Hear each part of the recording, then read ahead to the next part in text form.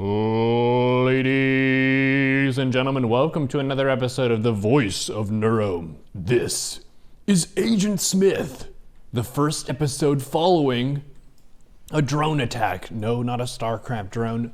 A drone attack in Iran. People all over the internet are just panicked, up in arms. There are memes that are being posted. There are people who think there's a serious issue. I'm curious to see, Agent Smith, what's your take on it? Basically, what's the summary of what happened? Who is the guy that was killed?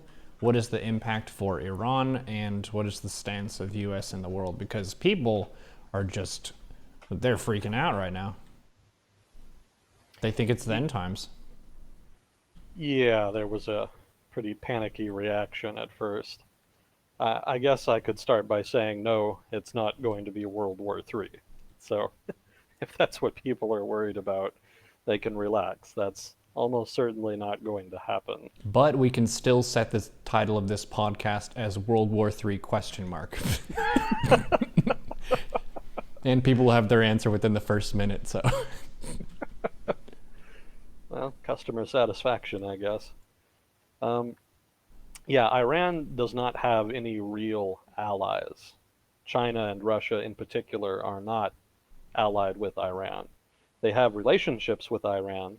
China buys a fair amount of oil from them, and Russia sells a fair amount of military equipment to them, or at least used to. But beyond that, there's no real commitment by either power to defend Iran from anything, certainly not the United States. And furthermore, I don't think either of them would be interested in jumping into a conflict between Iran and the US, just because both of them, both China and Russia, kind of already have their hands full with the US as is. Russia still has ongoing sanctions placed on it owing to the Crimea adventure back in 2014, and has been trying to bolster relations with the US government under the Trump administration since 2016 when Trump came into office. So any misadventure in Iran would put those relations at risk and would not benefit them, I think, sufficiently to warrant it. And China, for its part, doesn't really have a lot of power to project. I should say it doesn't have a lot of capacity to project power outside the East Asia. And so it's not going to be too keen on trying to start some kind of conflict with the United States that's just going to hurt its interest in East Asia, which are much more important to China than any interests that it has in the Middle East right now. It's already kind of diversified its oil away from Iran anyway, so it doesn't really have a lot of economic investment or interest in Iran at this point that would warrant military involvement. So neither Russia or China, I would argue, are not going to get involved, and so the prospective World War III will, alas, not happen. So I predict anyway. Well, one thing that would be, I think, useful to compare here, and World War II is your war in terms of the one that you've studied the most, and is also the most recent big one. What is the difference in the initiation of the two of those? Because it seems like there's a huge difference between Iran right now and Germany in World War II, if we're going to go from the American perspective where they're the bad guys. Yeah, well, I mean, with World War I, you had an alliance system in place that wasn't particularly well understood, or at least not as well understood amongst the major combatants as it should have been. So that just led to a cascading series of triggers, basically, that caused the alliance system to sort of cascade into World War I. That doesn't exist now. For World War II, I mean, Iran and Nazi Germany are just way, way different in just many, many ways. I guess the most important is that Germany was a military and economic power unto itself, whereas Iran obviously has an economy that is just on the brink. It's not healthy at all. It does not have a major industrial sector. That's a problem that a lot of major oil producing countries have. Uh, what it does have is a dependence on the oil sector, which itself makes it more vulnerable, not less, to a conflict, because what little revenue the Iranian government is getting from that oil sector, from whatever oil it can sell legally or illegally. And any attempt by the U.S. to block shipment of oil out of the Gulf or to directly attack Iranian refineries or even the oil extraction sites themselves, that's just going to hurt Iran, and Iran doesn't have a lot that it can use to defend itself from those strikes. So the U.S. has escalatory dominance there in that sense. If things really continue to escalate, um, the U.S. is going to get the better end of it. That doesn't mean the Iranians can't do damage to the U.S. interests, but the U.S. can do a lot more damage to Iran than vice versa.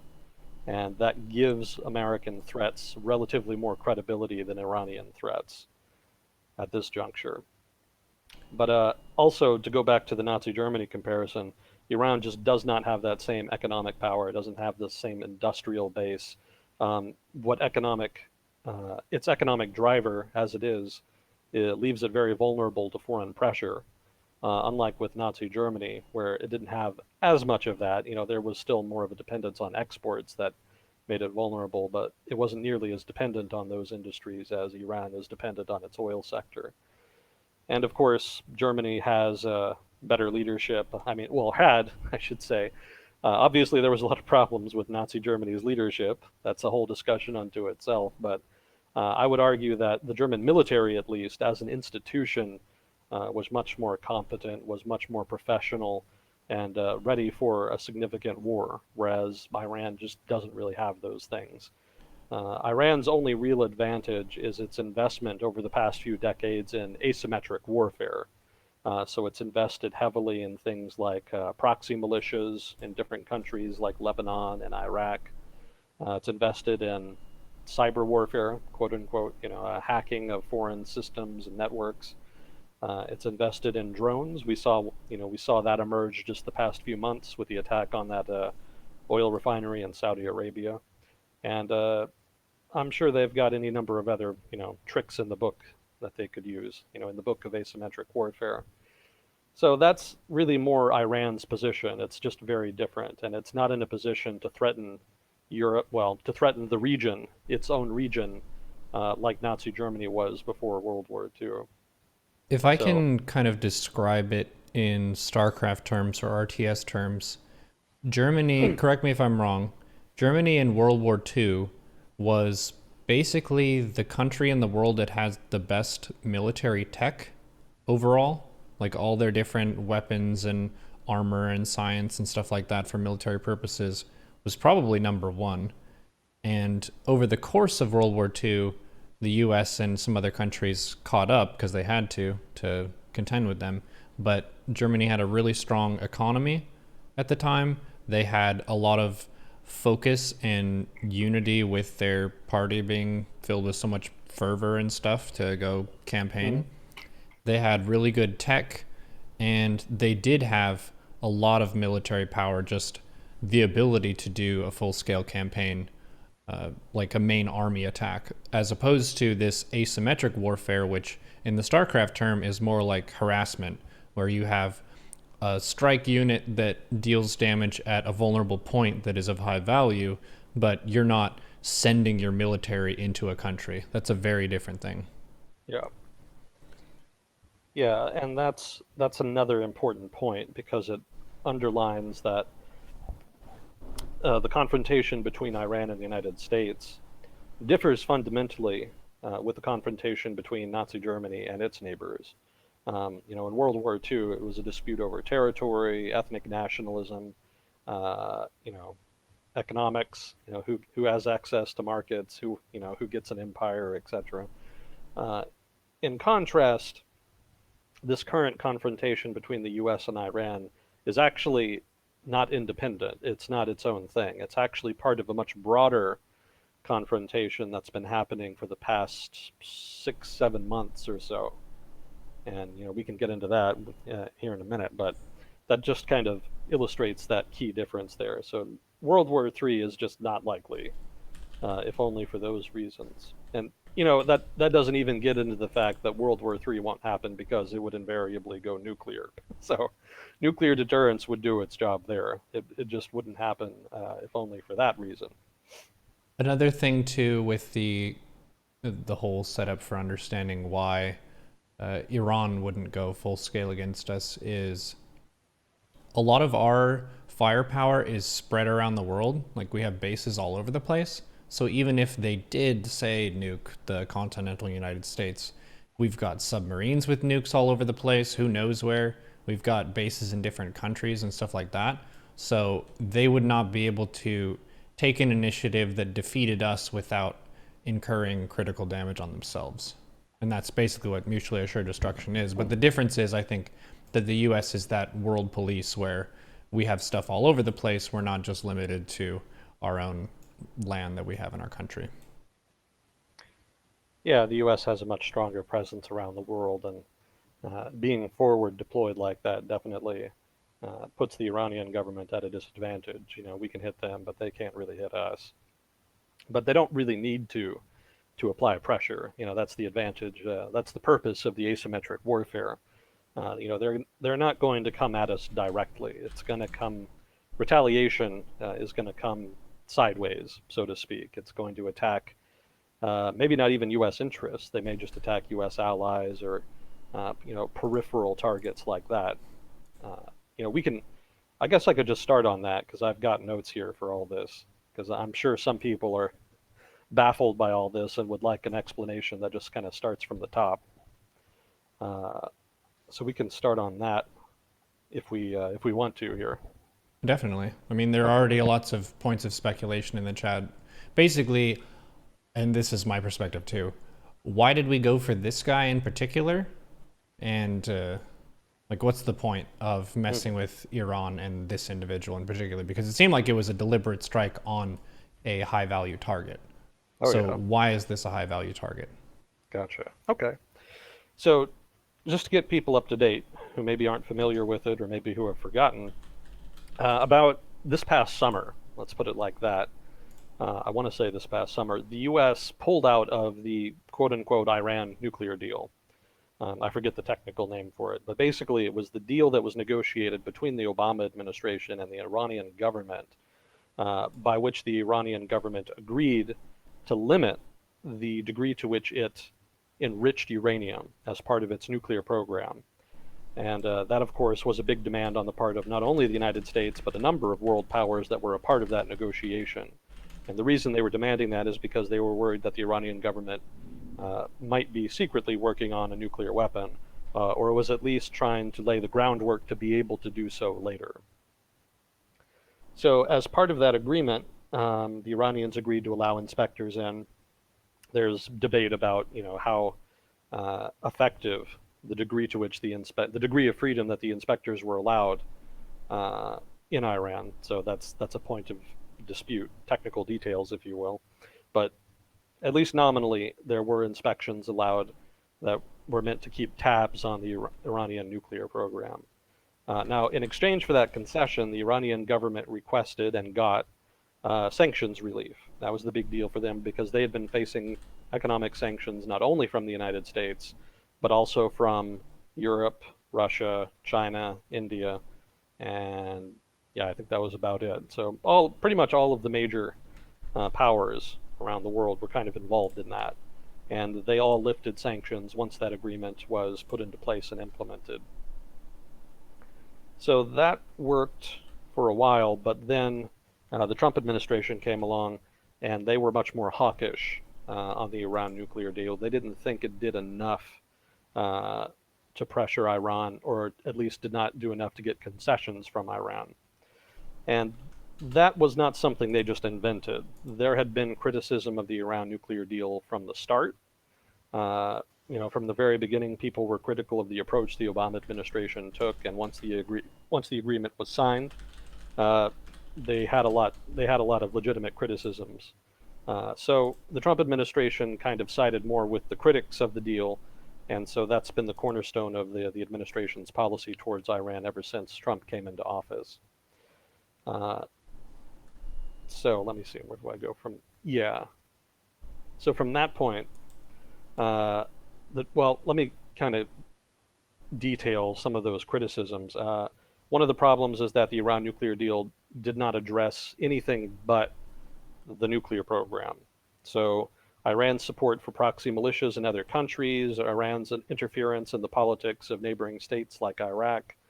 None of that was part of the deal. And so when the US agreed to alleviate sanctions in return for Iran's agreement to that deal, it lost sanctions as a tool with which to pressure Iran in response to perceived provocations with regard to Iran's involvement in other countries. So that was one of the major criticisms. They lost that point of leverage and didn't really have anything they could use to pressure Iran over, say, its involvement in Syria and the civil war there. Another big criticism is that the Iranian nuclear deal did not address Iran's development of ballistic missiles. So development of nuclear weapons is one thing, but it doesn't really matter if you don't have a weapon that can deliver a nuclear warhead.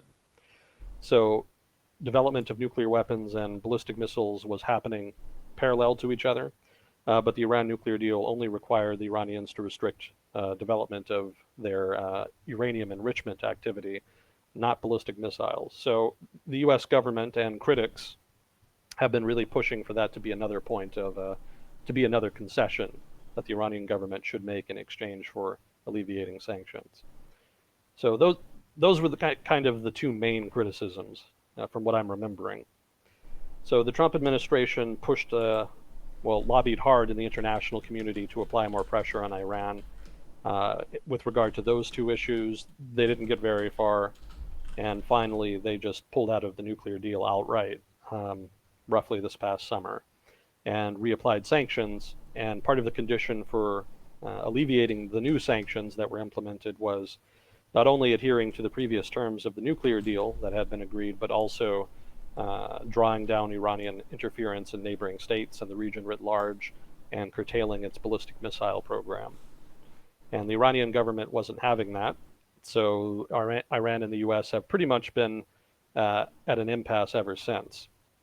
Now, to elaborate on what happened between Iran and the US after the US pulled out of the Iran nuclear deal, at first, not much happened, because the US was the only country that pulled out of the Iran nuclear deal.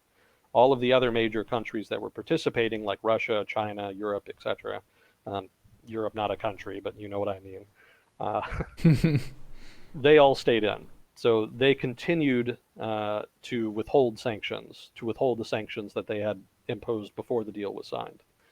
And Iran was therefore able to benefit from trade with them. But that trade was mitigated by the fact that the US was able to place swift banking sanctions on any company or economic entity that traded with Iran.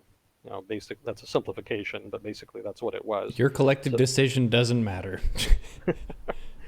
Yeah, kind of. It didn't completely mitigate trade, and that's an important point, because Iran, even now, still has an incentive to adhere to the terms of the nuclear deal, and did so, and as was the case after the US initially pulled out, because if Iran pulls out of the nuclear deal completely, then not only are they not going to be able to trade with the US, they're not going to be able to trade with anybody, pretty much. So given that their economy and their fiscal situation is already pretty terrible, that's not going to help. So there's a pretty strong disincentive to that. So that's an important point, and that's part of the reason why Iran did not really retaliate much once the US pulled out of the deal and reimposed sanctions. And it's why it kind of continues to more or less hedge its bets now. We'll get into that in a minute. But for the first maybe couple months or so, Iran was pretty quiet. They didn't like it. They complained about it bitterly, and they put a lot of pressure diplomatically on Europe especially to try to do something to facilitate trade between Europe and Iran. And European governments had mixed feelings about that because, they wanted to adhere to the terms of the Iran nuclear deal, and technically they did. But the problem was individual European companies did not want to lose the opportunity to trade with the US. Given the choice between trading with Iran and trading with the US, most of them chose the US, being the bigger market. That just made good business sense. And because companies in Europe being nominally a laissez-faire economy, because that's the case, those companies were not controlled by European governments, and so European governments did not really have a lot of tools that they could use to incentivize or otherwise coerce to incentivize or coerce European companies to continue trading with Iran. And so, even though European governments nominally wanted to maintain trade with Iran, because of the SWIFT banking sanctions, they just couldn't. That was sort of the bottom line of it. And there have been intermittent attempts by individual European governments to try to find ways around it. They tried to create an alternative to SWIFT banking that circumvented basically the SWIFT banking system, but there weren't a lot of takers to that, because there just weren't a lot of companies that wanted to trade with Iran rather than the U.S. in general. Whether you use SWIFT banking or not, you're still going to get sanctioned, and you're not going to be able to trade with the U.S. if you do any trade with Iran. So there weren't a lot of takers once that was set up. But it did facilitate some trade with the few takers there were, but it just wasn't enough to really significantly appease the Iranian government, and understandably so, since it was pretty meager. There was another idea floated a month or two ago by the French president, Emmanuel Macron, that would have involved the French government basically loaning the Iranian government a certain amount of money, and the Iranian government would pay for that with oil, just straight out barrels of oil. And I don't think anything ever really came of that, or at least if there was, I didn't hear about it. Maybe that they're still negotiating it. But that was one of the ideas that came out as a way to try to continue business relations between Iran and Europe. So those are just some examples of them trying to get around that problem, but they never really did. In any case, uh, the Iranian government eventually got frustrated. And let me elaborate on that point, because the Iranian government is not monolithic. The Iranian politics has different factions and competing ideas, just like any other country. So let's touch on that a little bit here. Um, a couple of years ago, there was an election in Iran, and I think we talked about Iranian elections last time. So they're not really free and fair, but they're not as unfree as they could be. It's not as unfree as, say, China or some of the other totalitarian type places. Well, hard authoritarian places. Let's put it. Whether or not China is totalitarian, that's a whole other debate. We can get into that later. Uh, but Iran has basically two factions. One of them is a reformist faction, and one of them is, I guess, what you could call the conservative hardliner faction. And that conservative hardliner faction is itself kind of broken down between the theocrats, that's kind of like the Ayatollah and the clerics on the one side, and then on the other side, there's sort of the nationalists. And these are the guys, the principal institution that represents the nationalists in Iranian politics is the Iranian Revolutionary Guard Corps, which is a paramilitary force in Iran that is directly answerable only to the Ayatollah. It's different than the Iranian military. They're kind of parallel institutions. The Iranian military is technically controlled by the government, that is to say, the state bureaucracy, or the state apparatus, maybe more accurately.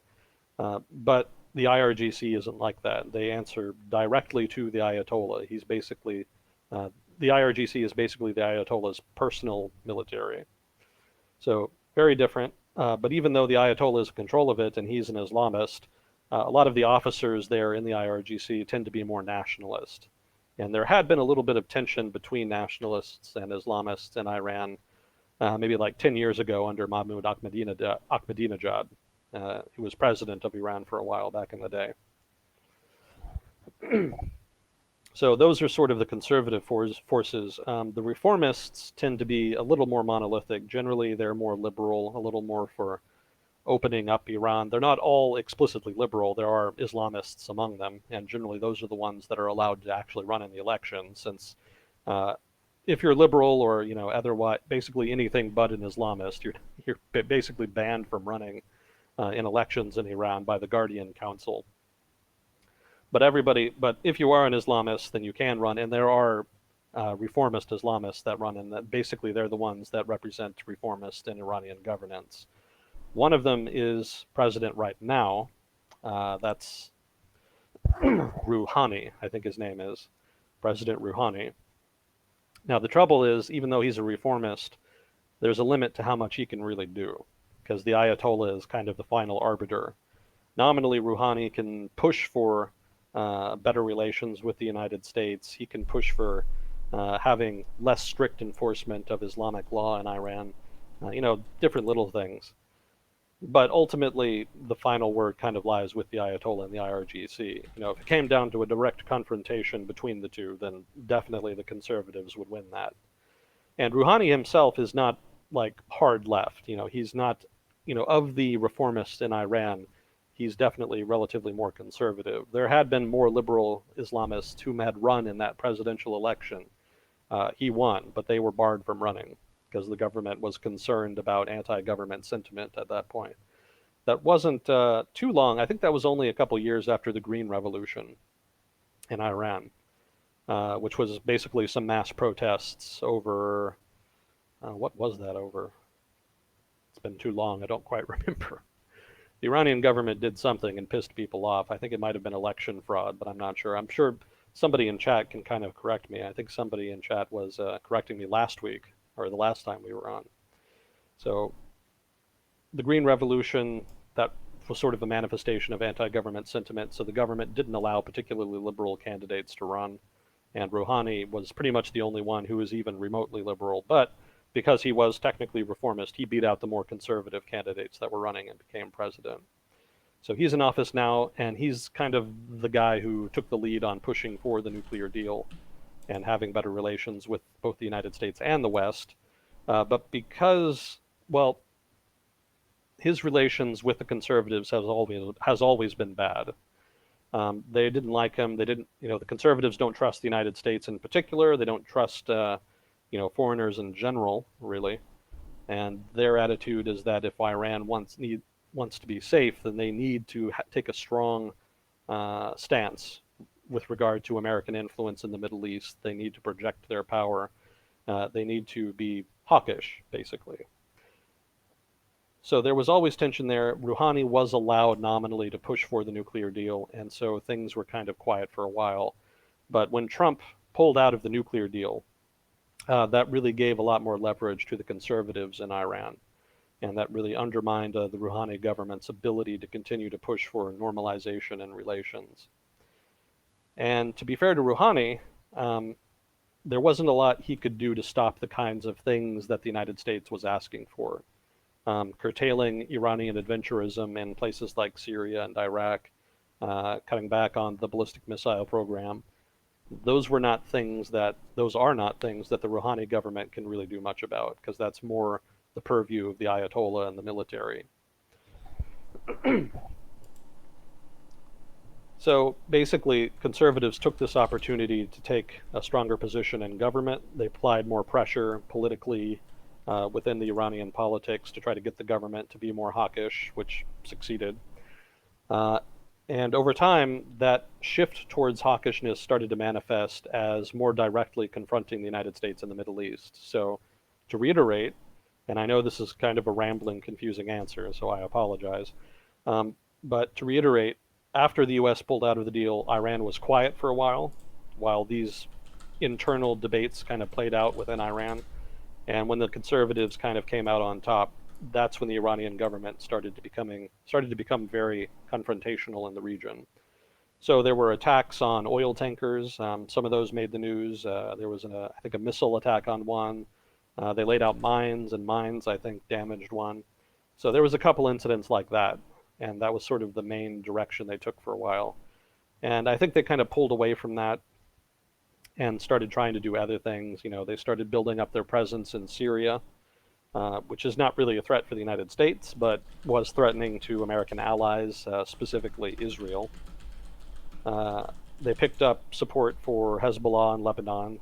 So Israel in particular has been very proactive in launching airstrikes in Syria specifically for that reason. And more recently, there was the big attack on the Saudi oil refinery, which allegedly was a Houthi effort. Supposedly that drone that carried out the attack was controlled by the Houthis, but the strong suspicion in the international relations community is that Iran either facilitated that or was directly responsible for that. And that one in particular scared the shit out of the Saudis, because the Saudi government was expecting a much stronger American response than they got. And that actually significantly affected Saudi foreign policy, because after that they became much less hawkish vis-a-vis Iran, and they've actually been more conciliatory. They've been reaching out more to try to negotiate with the Iranians, whereas before they had been much more confrontational. Okay, so I'm struggling to remember this stuff. So that's the background info. Um, After the Iranian attack on the Saudi oil refinery, things kind of cooled off for a bit. And this past couple weeks, what happened was that there was a rocket attack on a U.S. base in Iraq. And that attack was carried out by a militia called Kaitab Hezbollah. And I'm sorry if I'm mispronouncing that. That's a Shia militia in Iraq, and it's one of the militias that are part of the so-called popular mobilization units. And these are militias that sprang up during the war with ISIS a couple of years ago. The Iraq, for those who don't remember this, ISIS attacked in Iraq. They took a lot of territory. The Iraqi military basically collapsed in the face of that invasion. And people in the rest of Iraq, the southern part of Iraq, were sufficiently concerned by that they started forming up militias. And these were generally Shia militias, since the Iraqi south is mostly Shia. And we've kind of talked before about how ISIS never realistically had much of a chance of conquering the south of Iraq where the Shias are, because the Shia militias were invariably going to form one way or the other and put a stop to that. They didn't seize all that territory in the north because they were badasses. They took it just because there was nothing to resist them, basically. But that's a whole other discussion. Look, we have conquered this empty desert. Yeah. Yeah, very, very genius of them. Behold our empire. So Kaitab Hezbollah was one of those Shia militias that formed up during that time period. And they've been one of the militias that's been more strongly tied to Iran. They're all, most of the Shia militias in Iraq have some ties to Iran of some sort, but the Iranians seem to coordinate with some of them more than others, and Kaitab Hezbollah seems to be one of the ones they cooperate more closely with. And that's why the U.S. kind of assumed that the missile strike was linked to Iran. And, even that wouldn't have necessarily been a problem, except for the fact that that rocket attack killed one U.S. contractor. And so, bad enough they're attacking a military base. In addition, they actually do kill somebody. And the U.S. government under the Trump administration was pretty much invariably going to retaliate. So the retaliation came in the form of U.S. airstrikes on Kaitab Hezbollah weapons depots, which the U.S. knew about. So those were blown up in short order. So Kaitab Hezbollah also retaliates at this point. And they do so by mobilizing protesters to attack the U.S. Embassy in Baghdad. And it's not like a full-on, attack per se. It's more protesters throwing Molotov cocktails and harassing people and etc. And I think they did destroy like a guard tower or something. And the U.S. did, I think, mobilize some infantrymen deployed some infantrymen to the embassy to try to protect it, just in case they did try to storm it. But I think they pulled back after a day or so, after the Iraqi government kind of pressured them. The Iraqi government didn't do a whole lot while it was happening, but that's not really surprising given that a lot of the popular mobilization units, the Shia militias, ended up in the Iraqi government in the later years of the war against ISIS. They had a lot of legitimacy amongst the public for having tried to stand up and fight ISIS, so they were pretty popular. And when they turned into political parties, they won a pretty good share of the vote in the last election. So no great shock that the Iraqi government wasn't entirely keen on cracking down on those particular protesters. But it was telling that they didn't crack down on those protesters, because there have been other protests in Iraq ongoing for the past month or so. that have been targeting the government for being corrupt and inefficient.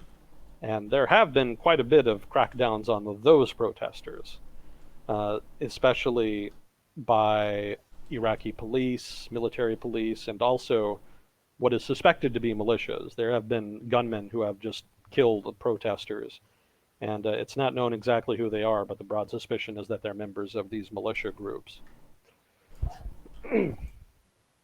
So the U.S. in turn retaliated again, and let me see here. It was at this point that the most recent attack took place, and that was the assassination of General Soleimani. And I apologize if I'm mispronouncing the name. So this brings us back to Neuro's question, and brings us basically up to where we are now. What was that? Why this guy? Yeah. So why this guy? General Soleimani was a high-ranking military and political figure in Iran. He was the head of the Iranian Revolutionary Guard Corps that I mentioned before. And he was also the head of the so-called Quds Force. Now, the Quds Force is basically the IRGC's special forces arm. And whatever kind of activity the Iranian government is engaging in other countries like Syria, Iraq, Yemen, generally whatever clandestine type of activity they engage in there involves the Quds Force. Some of you older folks who may be listening, who maybe remember the Iraq War, probably remember that Iran supported Shia militias in Iraq that were attacking U.S. forces. And generally, the go-between between those militias and Iran was the Quds Force. Quds Force and their officers would go into Iraq, they would train people, give them weapons, etc. So they were kind of the ones that were at the spearhead there. And General Soleimani is kind of, well, not kind of, he is considered the mastermind of Iran's foreign policy. Specifically, its foreign policy of supporting proxy militias around the Middle East. He was the front man on that, and he was the one responsible for managing it and propagating it. So in addition to that, in addition to being a leading military leader and a foreign policy leader in Iran, he was also one of the political leaders of the conservatives. He did not have a political role within the Iranian government, but because the military is disproportionately powerful in Iran, along with the Ayatollah and the clerisy, his voice disproportionately carried weight, especially among nationalists. So as a leading political figure, and some were even, I think, suggesting that he might be a future president, in that sense, he was a leading political figure.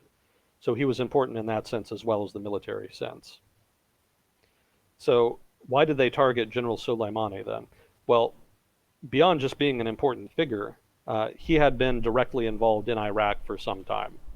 And he has taken frequent trips to Iraq in order to coordinate with local militias, and not only local militias, but also Iraqi political parties that are sympathetic to Iran, that Iran supports. And he very much took the lead personally to go to Iraq in order to exert Iranian influence in Iraq. And that hadn't necessarily been a problem before. Nominally the U.S. had been willing to kind of let that go. The U.S. wasn't really all that involved in Iraq, hasn't been all that involved in Iraq for the past few years beyond helping the Iraqi military with the war against the Islamic State. And, that's, the amount of U.S. involvement in Iraq is kind of a discussion in itself. There's kind of a whole debate about whether the U.S. really should be more involved in Iraqi politics in order to try to contain Iranian influence, or whether it's just a lost cause and the U.S. should just write it off and leave. Like I said, whole other conversation, but Soleimani was the front man for Iranian influence in Iraq. He'd been there several times, and he was directly linked with Iraqi militias. So that's important because when Iraqi militias rocket a U.S. base and kill a U.S. contractor, he's pretty much the guy the U.S. assumes is responsible. It could be that Iraqi militias acted on their own, but it's considered relatively unlikely, at least on the part of the U.S. government and the U.S. military. They kind of figure that Soleimani probably ordered that attack in retaliation for the U.S. upping pressure on Iran. It might have been in retaliation for something in specific that we don't know about. The U.S. has been engaging in pretty substantive cyber warfare of one sort or another against Iran. You know, Stuxnext. I think I'm mispronouncing that, but that's the famous example, and there's probably been more. And it's kind of suspected that may have been what the U.S. did after the strike on the Saudi oil facility a couple months ago. The U.S. did not do anything military in response to that, but it may have been that they preferred to focus on a non-lethal retaliation in the form of some kind of hacking action. So it may be that Iran was responding to something like that. You know, maybe not specifically that, but just something in that vein that isn't really readily apparent right now. But regardless of what spurred the Iranians to take that action to rocket that base, there wasn't, I don't think, anybody in the U.S. government who doesn't think Soleimani wasn't involved in that somehow. Because those militias, again, get a lot of support from Iran, not only politically, but in terms of military aid. So if they're going to take action against a powerful actor in the region like the United States, generally, most likely, they're going to coordinate with their major backer first. And if they had not, I would have suspected the Iranian government to have been more forthright in denouncing them and, you know, taking some active action to that effect to assert that they were not involved in it. They did not do that, so that's part of the reason why the U.S. suspects it. So, long story short, the U.S. assassinated Soleimani as part of this tit-for-tat retaliation that's been escalating as a result of the rocket attack on the U.S. base in particular. But it's also part of this overarching series of escalations that's been happening on and off for the past roughly 6 months. So that's more a fuller context, I think, of what's been going on. Cool. So this is part of a longer narrative to, I think, people who haven't kept up with the region and the lead up to this. It just seems like a pretty aggressive move. But if it's, as you said, tit for tat, it's retaliation for the other stuff that Iran has been involved in, and this seems like the guy who's behind it, then taking him out is part of that narrative. It is an escalation, I think, because they haven't assassinated one of our people. So in that sense, this seems rather aggressive. Mm-hmm. I'm kind of wondering who decided to make this call, that it was worth it to escalate the situation, because people have been freaking out about it. It was definitely at the top level of the U.S. government. I think it was Donald Trump himself that ordered it. Mm-hmm. If it wasn't Donald Trump, then whoever had the idea would have had to have get clearance, because mm-hmm. that's not a minor thing to assassinate a high-profile guy like Soleimani. So I don't think it was necessarily a bad idea. You know, as far as containing Iranian influence in Iraq, that's a pretty easy way to do it, because mm-hmm. that's definitely one of the leading guys in Iran that propagates Iranian influence there. Killing him isn't going to mitigate Iranian influence that much, but it does serve as a deterrent for further attacks or escalations of the vein that happened at that U.S. base. So in the sense that the tit-for-tat retaliations were becoming violent, it kind of does make sense. And the Trump administration has been relatively consistent, and they haven't really been very consistent in many things, but one of the things they've been consistent about is taking a pretty hard line on perceived threats to U.S. interests. Anything that looks like a superficial and clear-cut attack on the U.S., and certainly one that ends in the death of a U.S. citizen, the Trump administration generally retaliates disproportionately to that, and I suspect that's kind of part of Trump's overall hawkish perspective, the Trump administration, I should say, the Trump administration's hawkish perspective on foreign policy. But it probably also comes down partly to Donald Trump's personality. That's just kind of the way he does things. Mm-hmm. So it's not really that surprising in that sense. Yeah, I see a comment in the chat about me using the term rather aggressive to describe an assassination.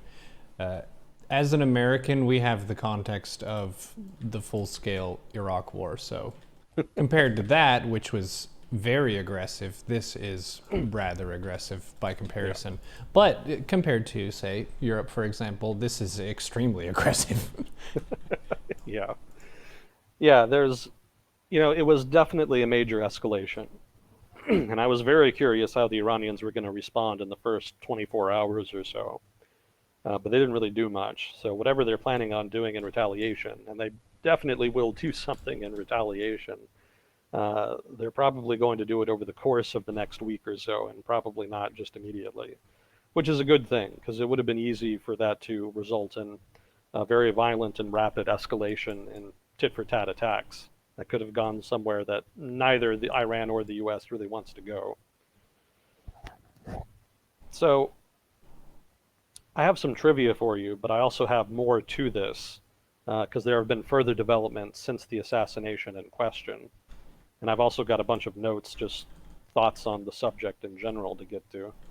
So do you want the trivia first or the other stuff first? Let's do the other stuff first and then do the trivia. Okay. Let me copy paste that over here. Okay.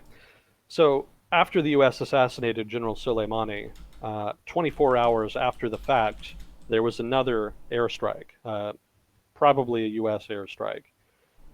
Details are pretty sparse on it, but the airstrike struck a convoy that allegedly had an Iraqi militia in it, presumably a Shia militia.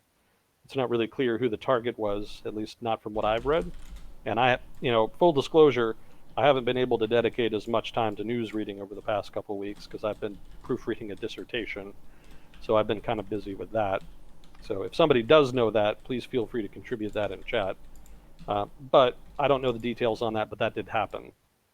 And that does not seem to be a retaliation per se. That could just be part of a larger U.S. retaliation. It could be that the U.S. retaliated by not only killing General Soleimani, but also with this airstrike in particular. So that could indicate that the Trump administration is trying to lay out a very strong set of consequences for murdering a U.S. contractor as part of it. Again, just establishing that as deterrence for future reference. That's speculation, though, on my part. Who knows why they did it. Also, the Trump administration came out and said that there were 52 targets in Iran that the U.S. government would hit if the Iranian government escalated by attacking Americans or U.S. assets. And the Trump administration, well, Trump himself added color to that by saying that 52 was chosen because it represents the 52 hostages taken in the Iran hostage crisis. So a little political theater there on his part. So I think that's just part of further deterrence, basically saying that if Iran wants to continue this, then the U.S. is just going to hit Iran directly, and we'll see what comes of that. It may or may not work, but it is a credible threat. I don't think anybody thinks he wouldn't do it if it came to it. And let's see, the new thing today was that Iran has come out and says it will no longer observe any restrictions on its uranium enrichment, which kind of suggests that they're on their way to pulling out of the Iran nuclear deal themselves, or are on their way to doing so. But they haven't said whether or not they'll actually increase enrichment, just that they're not going to recognize the limitation anymore. One would infer that they would increase enrichment based on that statement, but it could be that they're bluffing in order to try to get the other members that are still observing the Iran nuclear deal to try to pressure the U.S. into backing off, which is not going to work, but they don't have a lot of cards to play at this point. So it's worth trying in any case if you're the Iranian government. We'll see what comes of that. So that's where we are. That's sort of the series of escalations, how they played out, and where we are right now. And as you can see, it's continuing to play out. It's definitely not over yet, but it's not really clear what direction it's going to go. So that said, I had some notes here. Already talked about that. There is a question about the legality of the U.S. strike. Specifically, Congress was not notified or consulted beforehand, which nominally the president should do. The executive branch does kind of owe it to the legislative branch to keep them abreast of major foreign policy moves like that.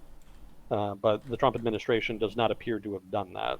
So that's not a hard rule they have to observe, but it is kind of an informal norm that the executive branch do that. So That seems to be another broken informal norm, which is not unusual for the Trump administration.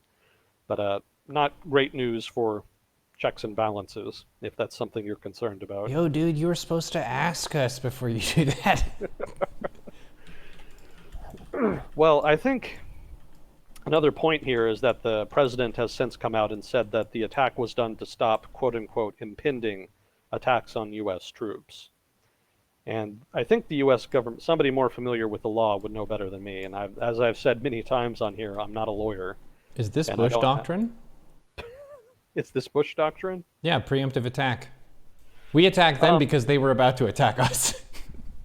Yeah, it's the same logic, but Bush doctrine was like foreign policy writ large. That was our whole approach to dealing with foreign nations. This is more of a specific example, specific problem that they were trying to deal with. I think that the U.S. government can take action if there is an impending threat to U.S. forces. So I think technically that's legal, and I don't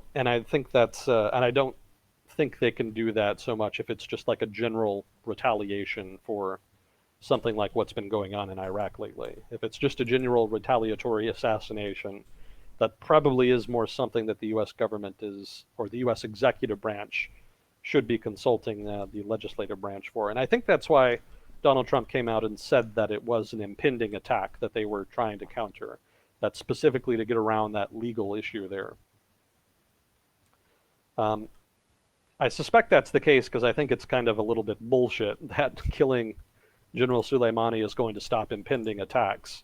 It's not really clear to me how that would work. I mean, if militias are going to attack the U.S., then they're going to do it, whether General Soleimani is alive or not. Soleimani may be the one coordinating them, but whoever replaces him is just going to do the same thing anyway. You could argue that killing Soleimani was necessary to stop further escalations. You could say that by assassinating Soleimani, then the Iranian government would receive the signal that further escalations would result in further significant attacks on Iran and its interests, such that it would no longer escalate. But there are other ways you could do that. There's a lot of different ways that you can send that kind of signal beyond assassinating a major political and military figure. So I think the Trump administration was kind of going out of its way to send a very strong signal and to escalate out of proportion. They wanted to make it clear that they're not going to tolerate significant escalations. And obviously there's a debate to be had about whether that's reasonable or not. Critics of the Trump administration are saying that it's needlessly aggressive and that it's going to provoke the Iranians into escalating in other parts of the region in ways that the U.S. is going to find difficult to respond to. But I think there is a good argument to be made against that. I think there is sense to it in the sense that the Iranian government has been provoking the U.S. in little ways for a very long time. It's not just a recent thing. It's escalated a lot more since the U.S. pulled out of the nuclear deal, but the Iranian government's approach of kind of needling the tiger, here and there, it's hard to counter that on the part of the U.S. So you can pretty much either go just full throat, all out attack, or you can do nothing, because there's not a lot of in between you can do there. So I don't know that I can entirely blame the Trump administration for taking a disproportionate approach, given that there's not a lot of other alternatives there. Well, with this, I guess, target of an individual, I mean, you're gonna either assassinate them or send them a bunch of spam email or something? I don't know. Well, I mean, you could have attacked the Iraqi militias instead. You could have harassed them somehow. I mean, you could have done another cyber attack. You could have continued the escalation on a more linear track. Well, it seems like to hit this person in particular, it was kind of an ideological hit almost. Because like you said, someone else could do the same job that he's doing with the same political orientation that he has, but they're basically, or the U.S. is saying, we can remove whatever the biggest head of this effort is that you have against us. So it's more of a threat in a way, rather than like a legitimate main point of damage to the country. Well, the reason I don't think that's the case is because they killed him in Iraq. Hypothetically, they could have killed him in Iran somewhere. but that would have been way more of a disproportionate response. Attacking the Iranian government within Iran would be way different. That would just be a clear, almost, that would pretty much be an act of war. Some people are calling this an act of war, but attacking an Iranian political figure in Iran would definitely be one, and that would have had pretty big consequences. But because he was traveling in another country, specifically Iraq, and because he was directly involved in the militia attack on the U.S. base, and because that attack led to the death of a U.S. citizen, I think that's how the Trump administration rationalizes it. So I don't think that they're going to. I don't think they killed him just to send a signal that they're going to take out ideological targets, political targets, etc. Because really, in order to really threaten Iranian leaders like that, you would have to hit them in Iran, because most of them are not just going to run around in combat zones. Well, Iraq's not a combat zone at this point, but in an area where they can be easily picked off and where there's nominal justification for doing so. So if that's why the U.S. did it, it's not a very credible threat, because I don't think the U.S. is going to start striking targets in Iran like that in retaliation for something that's happening in Iraq. Maybe if the Iranian government directly itself attacked U.S. interests in, say, the Gulf, maybe a ship, a tanker, something like that, maybe then. But right now, with regard to a series of escalating retaliations in Iraq itself, I think they would only hit targets in Iraq. And the fact that Soleimani was there, that was more of a target of opportunity. He's directly involved in it. He's in another country. He's vulnerable, so why not take the shot? And again, there's good reasons not to take the shot. For sure there's criticisms there. But I don't think the Trump administration is just completely crazy in doing it. I think they did have strategic logic behind it. Mm-hmm. Well, the flip side too is it makes a pretty big impression on the stance of the U.S. in the world, and I think that is also a notable impact when it comes to these military situations compared to Europe's. Kind of going back to that, the U.S. is way more hawkish, so we do tend to feel like, well, we're the ones who are going to police the world, and if people are being aggressive and out of line, then it's our job to slap them down. And I think that's something that, based on Trump's personality, he probably loves the shit out of that, because that gives him an opportunity to feel strong and that he can do whatever he wants to. And the world at large likely was pretty alarmed by this behavior, but not that alarmed given who our president is. But like we've discussed before, with the office that we have right now, with our next president, how flexible is our image as a country? I don't think this is going to change anybody's image of the U.S. I think everybody's opinion of Trump and the Trump administration is pretty set at this point.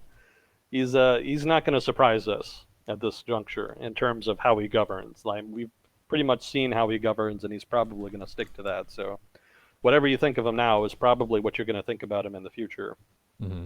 And assassinating Soleimani, kind of, like you say, it alarms people but doesn't surprise people. That's a good way of putting it.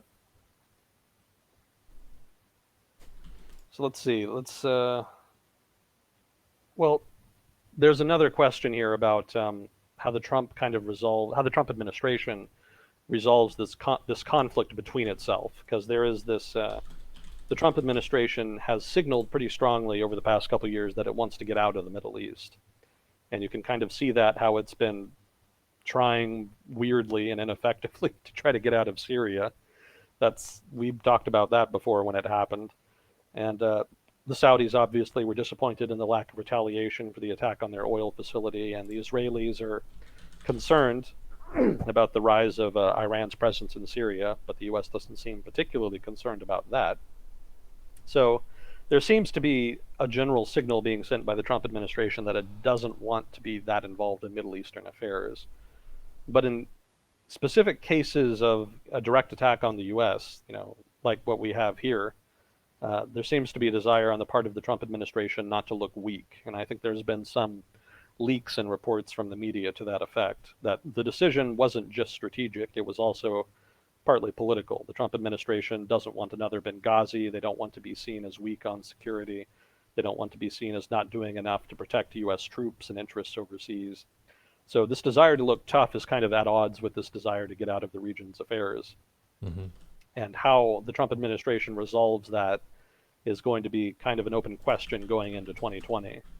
How much does the U.S. really want to trade one for the other?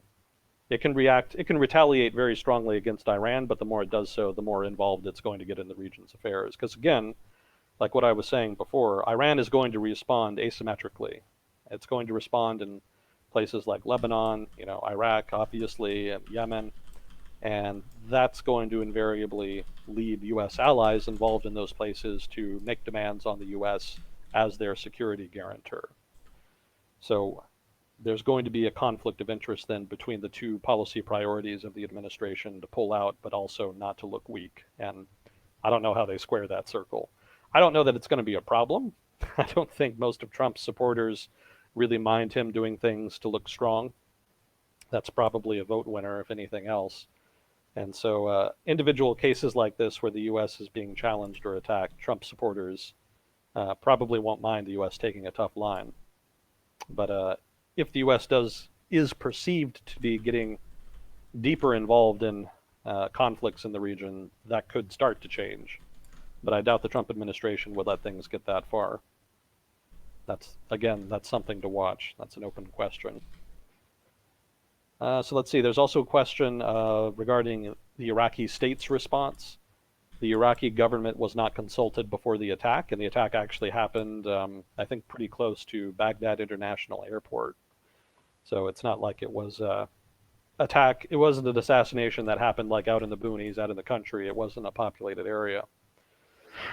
I'm actually going to talk a little more about that in a minute, but that's one of the reasons that the Iraqi government is a little bit upset. So there's a question about what the Iraqi state is going to do. There's pressure, obviously, to eject U.S. forces from Iraq. The U.S. has one major base and a couple others, I think, in Iraq right now that currently are being used to help Iraq suppress ISIS, basically. I don't know that there's a whole lot to do at this point, since I think pretty much all of Iraq's territory has been liberated from the Islamic State, but I imagine there's still cleanup activities, still terrorist activity of one sort or another that they might be helping with. Regardless, there is now political pressure to eject the U.S. from Iraq. Obviously, the pro-Iran factions in Iraqi politics are angry, and the public in general in Iraq, of all factions, does not want Iraq to be a battleground for a U.S.-Iranian proxy war. And for obvious reasons. I mean, it's bad enough to have a war. It's bad enough to have your country fighting a war. It's even worse when you've just got other countries randomly fighting on your territory when you're not even really involved with it. So that's a problem for them. And a non-binding resolution has been passed in Baghdad calling for all foreign forces to be removed from the country. But that's kind of weak because it's non-binding and it's not really specific in saying which foreign forces. You could just target the specific agreement that was made with the U.S., but they're not doing that. It's all foreign forces. So that may or may not come to fruition. It would have been more effective to have it not be non-binding, but they may have done that for political reasons. But that brings me to my next point, which is that there is some reason to think that maybe the Iraqi government will not expel the U.S. from Iraq. And that's because, well, if that does happen, it's going to be partly because anti-Iranian sentiment is kind of on the rise in Iraq. A lot of the protests that have been happening have an anti-Iranian tinge to them. People are particularly upset at the government, which is partly dominated by Shia political parties that are kind of aligned with Iran. I say kind of because that's not like explicit. It's just sort of perceived. In some cases, it's just true, obviously, but not in every case. So in those cases, people are upset because among most of the population in Iraq, there is a general dislike of foreign influence. Nationalists kind of are all over the political spectrum in Iraq, and they don't like the idea of Iran or the U.S. or anybody interfering in their affairs. So Iranian support for militias and political parties falls under that category, and protesters have been partly protesting for that reason. Corruption is the bigger reason, but a desire to mitigate foreign influence is also part of that. Incidentally, it may be specifically be because anti-Iranian sentiment is on the rise that the Iranian government and their militia allies may have attacked that U.S. base. It may not have necessarily been a part of the tit-for-tat escalations regarding the Iran nuclear deal, like I was suggesting earlier. I leave open the possibility here that Iran wanted to more specifically alleviate political pressure on its allies in Iran brought by the protests by provoking the U.S. into some kind of conflict, which the Iranians may hope will galvanize support against the U.S. and in favor of its allies.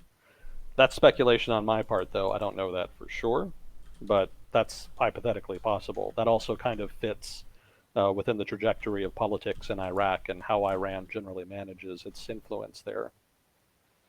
Let's see. So there are also ongoing tensions between the two major coalitions in Iraq, the Sayyidun coalition and the Albina coalition. I have no idea how those are pronounced, so I apologize in advance. The Sayyidun coalition, which is the one that's more nationalist and a little more skeptical, well, a lot more skeptical of foreign influence. They've been pushing for new elections, they've been supporting the protesters more, and they're very critical of Iran and the US. Albina is the one that wants to just retrench its power in government. They're a little more establishment in nature. They want to suppress the protests, and they're very critical of the US, but they're backed by Iran, so they're not really as critical of them. You know, they tend to be either neutral or favorable when it comes to Iran and Iraq. So because of that tension, it may be that the Sayyidun coalition, the nationalist coalition, may take the opportunity to utilize the protests and the U.S. strikes to its advantage. And the way it may do that is it may say that the Iraqi people are upset with the government, as evidenced by the protests, and the opposition party, the Albina coalition, is inviting conflict in Iraq between Iran and the United States by being so closely aligned with Iran, and they should break their relations with Iran for the good of the country. This is what Sayyidun may say. That may be their argumentation. And if that's the case, the U.S. would probably be okay with that, and they may even actively try to support them in doing that, if they aren't already. I don't think they are, because the U.S. government has been pretty...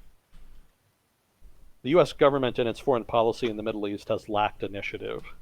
They don't seem to be very proactive right now, and haven't for a while. So I don't know that the U.S. government is going to be that involved in Iraqi politics, either now or in the future. Which, in a way, is unfortunate, because Iranian influence is, well, Iran's proxies in Iraq are uniquely vulnerable right now on account of the protests. So if ever there was a time for the U.S. to get involved, that would be now. But the Trump administration has been shying away from involvement, so that doesn't seem to be happening. But I just bring it up here to illustrate that it may be that the Iraqi government will not eject the U.S. because nationalists who are more worried about Iran than the U.S. may use the U.S. presence there and the U.S. strikes on these targets as leverage against their rivals in government. That's all an open question, though. It's not clear how it's all going to pan out, but that's something to keep an eye on. Domestic Iraqi political considerations are going to be an important variable. And then a long point here about Trump admin's strategy. So it's going to be interesting to see how Iran responds. Iran doesn't want war. They're not going to win that. They know that. If there is war, the U.S. isn't going to invade. I think we had a whole long talk a couple months ago about what a war between Iran and the U.S. would look like. It's not going to be the U.S. invading. The U.S. is almost certainly not going to invade Iran like it invaded Iraq back in 2003. Iran is just too big for that. It would just be too costly. It would be politically immensely unpopular, to put it mildly. And it's just not logistically, financially, or politically workable. Iran is a huge country. It's way bigger than Afghanistan or Iraq, and it has, I think, something like 80 million people. And Iraq, I think, had 20 to 25 million people when the U.S. was there back in the Iraq War, and it had trouble keeping the lid on that. And most of the population wasn't even really actively fighting the U.S. That was mostly just the Sunni parts of Iraq, which were a minority of the population. So given how much trouble the U.S. had in Iraq with a much smaller population, you can imagine how much more trouble it would have with a country of 80 some million people, most of which would definitely be actively opposed to the U.S. being there.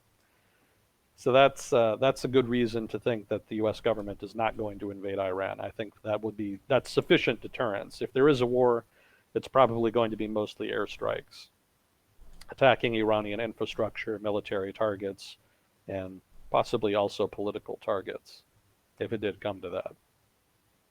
So Iran doesn't want war, but there is going to be a lot of internal political pressure to retaliate. We talked about that. Um, there's also this open question about what the political impact of Soleimani's death is going to have. He was a leading hardliner. The Ayatollah is the preeminent hardliner. He still runs things, and obviously he's still alive. So it may be that Soleimani's death doesn't have much of an impact in terms of the balance of power between hardliners and reformers. But there is a chance it could weaken the hardliner faction in Iran. It may be that the reformers are able to say, look, this isn't working, we're not making any headway, the US isn't going to make concessions in response to these escalations. It would be better to come back to the negotiating table and do something different that way, try to resolve things diplomatically. I don't think that's a debate they're going to win. I think the hardliners are probably still going to stay on top, but there's going to be some kind of political consequences within the distribution of power within Iran.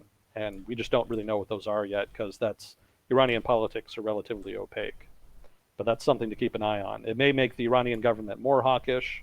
It may be that more hawkish actors kind of take the lead and fill the vacuum left by Soleimani. But there's always the chance that other actors could come in with divergent interests that will lead the Iranian government to change its policy with regard to how it deals with the U.S. and the Middle East generally. We already talked about escalatory dominance. Let's see, we talked about proxies.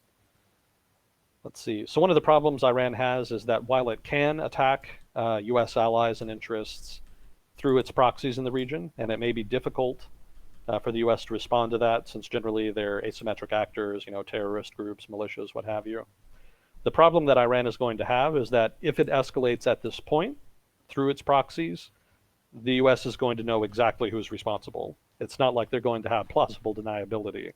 After this series of escalations, if suddenly Iranian-aligned proxies in Lebanon and Iraq start attacking, the Iraqi government, they start attacking the Lebanese government, they start rocketing Israel, everybody's going to know why. It's not going to be a mystery. So in that sense, the Iranian government will be directly linked to that, and the U.S. government will basically have a reason to escalate further on its part. And the Iranian government, I don't think, would want to risk that. They might do it anyway, because again, hardliners and hawks are in power right now. But it's not as without risk as maybe some people are making it out to be. It's true that proxies will probably become more active, but if they get too active, Iran itself is going to have a problem, because the United States won't necessarily respond by attacking those proxies. They may well respond disproportionately by attacking the guy who's backing the proxies, which is obviously the Iranians. So that's a strategic consideration that they're going to make and have to factor in. It may not change how they act that much, but it's something they're going to have to plan around. Proxies are useful, but they're not useful if you use them too obviously. And let's see, and we kind of touched on this before, but I'll just kind of get into it briefly here. Iranian proxies are going to attack U.S. allies like the Israelis and the Saudis. That could take the form of Hezbollah rocketing Israel. Could take the form of increased military and financial aid to Hamas in Palestine. Let's see, more support for the Houthi rebels in Yemen. Asymmetric attacks on Saudi oil facilities, that would be a significant escalation, but that's on the table. And they could also accelerate their military buildup in Syria, which would definitely get a response from Israel. So those are all actions that they can take in terms of pressuring U.S. allies in the region. Political targets that they could go after. They could expand their influence. They could expand the influence of their proxies in Iraqi and Lebanese politics. That's actually kind of a smart move, because it kind of gets around the military aspect of it. If they take military action through their proxies, that's going to get a disproportionate military response. But if they just focus on political activity, that's much less likely to get any kind of significant retaliation. And it serves to expand their interests, so it benefits them. So that could just be expanding Hezbollah's power within the Lebanese government. That's already pretty powerful, but you could always do more. And of course, Iranian allies in Iraq are currently, like I was talking about, in a pretty significant confrontation with nationalist political groups. And it could be that the Iranians send them more money or otherwise send them support or just coordinate outright with them to try to expand their support within the Iraqi populace, or maybe just threaten and intimidate opposition into giving concessions. So all of that would result in a gain for proxy actors in Iraq and Lebanon, and would result in more influence for them in political decision making, and by extension, that would expand Iranian influence. So that's probably something they'll do. That's kind of an easy layup. Not a whole lot the U.S. can really do in response to that, unless it really wants to get involved in the politics of Lebanon and Iraq, which I don't think it does, for reasons I discussed earlier. Another thing that Iran could do, they could take advantage diplomatically of Saudi reservations after that oil attack earlier. So, like I was saying, the Saudis have been sending out feelers to negotiate with the Iranians over the region in general. There's quite a bit to negotiate over. So the Iranian government may push there and try to put a wedge between the Saudi government and the U.S. government. It's one thing if the U.S. government comes in and starts retaliating and taking action against Iranian targets with the full support of the Saudis. Saudis have definitely been pushing the U.S. to do something like that for a long time. But the context changes if the Saudi government is reluctant. The Saudis are a little wary now that maybe the U.S. isn't going to protect them as much as they thought it would. And so they may not be as supportive now of a very proactive U.S. policy of confronting Iran like they used to be. They may, in fact, try to restrain the U.S. more now that they're trying to negotiate more directly with Iran. So the Iranian government could take advantage of that and use Saudi pressure to try to restrain the U.S. And they could also just increase support generally to Shiite. They could just increase support generally to Shia in the GCC countries. There's a pretty significant minority of Shia Muslims in Saudi Arabia in particular. I think it's like 20% of the population. And it's particularly sensitive for the Saudi government because most of them live in the major oil producing regions of Saudi Arabia up in the north. So that's a big deal for them to try to make sure those people are not discontented with the government. And they have been discontented with the government because the Saudi government made that sort of deal with the devil back in 1979 to really enforce, what would you call it? Not Wahhabism per se, but hardline Islam, let's call it that. Somebody in chat maybe remembers the type of Islam that they started enforcing at that point. But they became much more conservative because of that issue in 1979 with the storming of Mecca. Forget the it was a particular building they stormed. I was reading an article about it just this past week, actually. Whatever it was, they had a problem with Islamists. Let's put it like that, and that's why they started giving conservative Islamists much more scope to enforce conservative Islamic law within Saudi Arabia. And because they were Sunni, they didn't really have, well, because they were extremist Sunnis, they didn't have a very high opinion of the Shiites in the country, and so the kind of Islamic law that's been enforced in Saudi Arabia over the past few decades has been to the detriment of Shia Islam. And so Shias have been a little iffy in Saudi Arabia ever since. And there's been suspicion on the part of the Saudi government that the Iranians have been trying to provoke Shia Arabs in Saudi Arabia to maybe not outright revolt, but to protest and otherwise dissent against the government. So there's a possibility that Iran may use that as a vector for pressuring the Saudi government, and by extension the United States. A more obvious target would be Bahrain. I don't know how many people remember this, but way back when the Arab Spring was a thing, there was a lot of protests in Bahrain, and a lot of them were by the Shia minority in Bahrain. Now I say minority, but it's actually, I think, about 50% of the population at least, I think, and maybe even a slight majority. And the government is mostly Sunnis, so the Sunnis and the government kind of are a little wary of the Shias maybe trying to overturn the government. That's probably not that big a deal. The protests were more about, I think, authoritarianism in general than sectarianism. But because there is that sectarian angle to the protests, because the regular people the general citizenry, if you like, of Bahrain are Shia, and the government, the elites, are Sunni. There is that angle that can be played up and exploited by Iran if it wants to kind of get involved and prop up those protesters and resistance groups.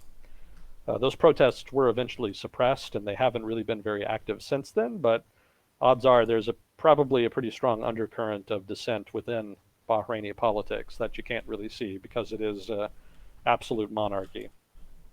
I might add that the Saudis helped suppress those protests, so the Saudis made themselves be affected if there is activity within Bahrain, if there is dissent or a rebellion or something. That represents a challenge to the Saudis. So if Iran gets involved in Bahrain, that itself is a challenge to the Saudi government. That itself represents pressure being brought on the Saudi government, and again, by extension, pressure on the U.S. So those are some political vectors for pressure that the Iranians can bring to bear uh, as a representation of asymmetric action in response to these escalations that have been happening in Iraq. So that begs another question: how does the U.S. respond to asymmetric pressure? The U.S. responded pretty strongly after the death of the contractor, and it kind of feels like the U.S. is taking disproportionate actors specifically because of that, specifically the to set out that there will be a strong response to deaths of U.S. citizens, or maybe even just general attacks on U.S. military assets. Again, appearing strong, important, but also national security issue. But that said, again, there is that tension with the Trump administration's prioritization of disengagement with the region. So that's something to watch. So for this contractor, was it like architecture contracts? Like he had to build some stuff? Or are we talking like mercenary? Because nowadays contractor is used as a ex-military personnel who like does military things.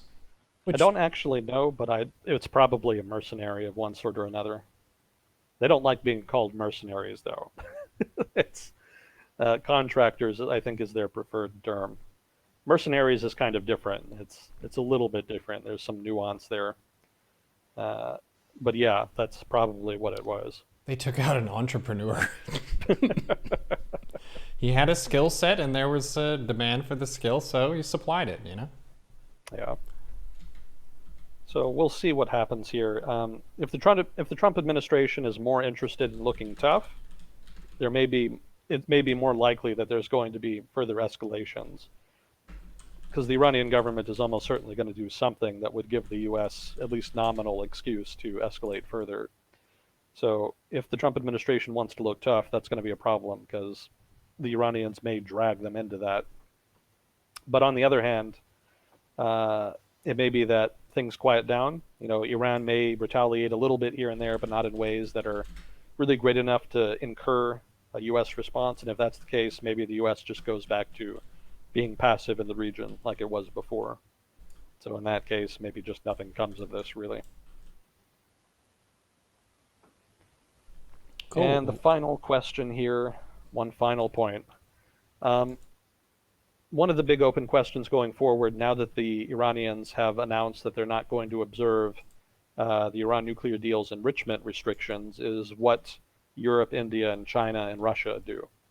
Um, those other actors had been pushing the U.S. to try to return to the nuclear deal, and were trying to provide an incentive uh, in terms of economic trade to the Iranians to stay in the Iranian nuclear deal. But now that Iran has signaled, maybe not strongly, but they've signaled anyway, that they're probably going to be moving away from the Iran nuclear deal, there's a question of when these other actors recognize that Iran is officially in breach of the deal, or maybe has just scrapped it altogether and resume placing sanctions on Iran in order to mitigate their development of a nuclear weapon. Regardless of whether or not you think that Iran is or is not developing a nuclear weapon, the fact that they have a nuclear program is a problem. The non-proliferation regime in place right now, uh, such as it is going to make a problem of that. So these other actors are going to have to make a judgment call about whether or not they want to kind of join the U.S. Well, maybe not join the U.S., but return to placing sanctions on Iran to try to get them to return to negotiations, or if they want to try to incentivize Iran to come back to the deal by continuing to observe its tenets themselves. So they may argue that the only reason Iran is leaving the deal is because of US pressure and because of these strikes in Iraq. Maybe if we just continue business as usual, eventually things calm down and Iran comes back to the deal.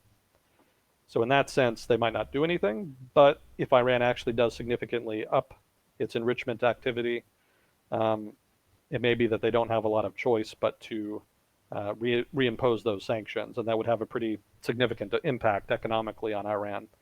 Obviously, trade has already been significantly curtailed because of the SWIFT banking sanctions placed by the U.S., but it's only going to hurt even more if they lose all of the trade that they already have, that they still have with these other countries.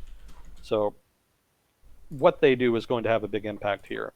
But it's also possible that they may not do much of anything. Not because they think they can get Iran back, but maybe because they resent what the U.S. is doing and want to signal to them that they don't think the U.S. approach is working, or maybe they just don't think that anything they do is going to really matter much one way or the other. Or maybe they don't want to make the economic sacrifice of reimposing sanctions, and so don't do it for that reason. There's any number of ways, any number of reasons they could do that. But regardless of the reasons why they do whatever they do, it's going to be an important question to watch. It's going to be important to watch what they do, because that could significantly impact the decision set that the Iranian government is facing. Well, So, cool. I'm kind of surprised, but also not surprised because people were like, "Neuro, neuro, neuro, like get down, dude. Shit is about to blow up because World War III." But here it seems like this is part of a long, unfolding narrative of people making plays against each other, and this is the next play, which is an escalation, but an escalation that was warned about and has some practical applicability, I guess, if you're thinking from their perspective. It's not going to erupt into full-scale conflict because for either country, it's just not really worth it. I think that's one of the things to consider with, I guess, military conflict in general is someone wants to benefit. We've discussed war as a zero-sum game where overall, yes, the winner can get some spoils, but the loser loses so much that the net change for the world is around zero, whereas trade is a positive sum thing. So this does connect back to one point that we made before, which was, what is the point of sanctions? Because sanctions on Iran tends to be a big piece in this overall puzzle. And we did touch on the fact that sanctions are meant to put pressure on a country to motivate them to change their leadership, but it's pretty slow going and it's not really a direct way to just mix it up straight away. We're upset with you, so we're going to make things inconvenient. Maybe you'll adjust your behavior. yeah. Yeah, it's more about political pressure than economic pressure, because it makes, obviously, if people are dissatisfied with the economic conditions in their country, they tend to blame leadership. The context of sanctions can change that. They may not blame leadership, but rather blame the countries placing sanctions on them. But if people feel that the government is mismanaging the issue that caused the sanctions, then eventually the government could lose that support. That's one of the reasons that there was so much pressure within Iranian politics to sign up to the nuclear deal. The hawks were always opposed to that, but there was sufficient political support for a more dovish approach that Rouhani was able to win that election and come to office, and was able to shift Iranian foreign policy enough to make that deal happen in the first place. So sanctions do have an impact beyond just the economic. It does change the political calculus within the domestic politics of the target nation. So that's also one of the ways that sanctions can work. But like you say, that plays out over a long period of time. And obviously, right now, the hawks are very much in the driver's seat. So there's no guarantee that it'll change political calculus in a way that's favorable. Mm-hmm. But it may be that if you keep them long enough, eventually political tides change, and eventually the hawks are kind of pushed out. I think big picture, the likelihood that Iran is able to get significant concessions is relatively slim. I think the Saudis would be more willing to negotiate at this point, but the U.S. is pretty clearly hell-bent on pretty significant concessions on the part of the Iranians. And I don't know that the Iranians really have enough leverage to resist that over the long term. They're trying lots of cutesy little things right now. Over the past 6 months, they've been kind of hitting asymmetrically back at the U.S. and its allies, but it's not really clear at this point if they really have enough of that kind of leverage to bring to bear to really end the sanctions that the U.S. has brought to bear and to avoid giving concessions on their part. So I think eventually the long run equilibrium is going to be that Iran comes to the negotiating table and does offer significant concessions at some point. Because I find it pretty unlikely that the Trump administration in particular is going to back off. They may not escalate to the point of war or invasion or what have you, but they can definitely make things worse for the Iranian government, much more so than vice versa. So I don't know that they just really have any alternative. I don't know what they can really do to just continue on this current track. Because right now there is political support for the government in Iran, for sure, especially after the assassination of Soleimani, who was a pretty popular guy in Iran. But sooner or later, you're just going to hit a dead end. I mean, what can you do exactly? There's just not much that they have to work with right now, and making things difficult for neighbors is only going to bring more pressure over the long run. It's true that they have less to lose than the U.S. and U.S. allies in the region, but that doesn't mean that there's not going to be a significant political cost to the current government in Iran for continuing on this track. And it may be that over the long run, they eventually lose support. That doesn't mean there's going to be a regime change. I think that's highly unlikely. And if that's what the U.S. government is going for, I think they're going to fail. But that doesn't mean that there won't be a redistribution of power within the government that favors people who are more dovish. It could be that the people who are pushing the hardest for asymmetric military responses eventually lose enough support within the halls of power in Iran that eventually they get pushed out internally. But again, that's speculation on my part. But that's how a hypothetical de-escalation could happen and how sanctions would play a role in that. Cool. It's always nice to hear some facts laid out. I know some people tuning in are like, what, they're talking about this, but they're not screaming? It's like, well, normally we try to keep it at an even speaking level. You can actually exchange facts at a variety of different speaking volumes, and since we have headphones on and microphones, there's not really a reason for us to scream. And from a business standpoint, I would say that there is perhaps an oversaturation of people screaming about political stuff, so we don't really need to compete with that market. And it's not really our style or Agent Smith's style anyway. Yeah. So if you are worried and alarmed and stuff, that's fine, that's fair. Like, there is shit going down, that's true, but with context and with the different pieces on the board right now, it doesn't really make sense for World War III to happen. If you were hyped about that, I don't know why. World War II was terrible in its human cost. So, yeah, thank you for addressing this very spicy topic that people were hoping to hear about. Well, thanks for having me talk about it. Mm-hmm. It's been interesting. There's a lot of strategic considerations and moving parts, so it's been fun to kind of address it. I just wish I could have had more time to kind of ponder it because I've been busy over the past couple weeks. I could have been a little more coherent, probably talking about it just now, but yeah, that's kind of the best I can do with what I've got for the moment. Did you cover the protesters? Some people are saying that the protesters that were killed is linked to this somehow. Kind of.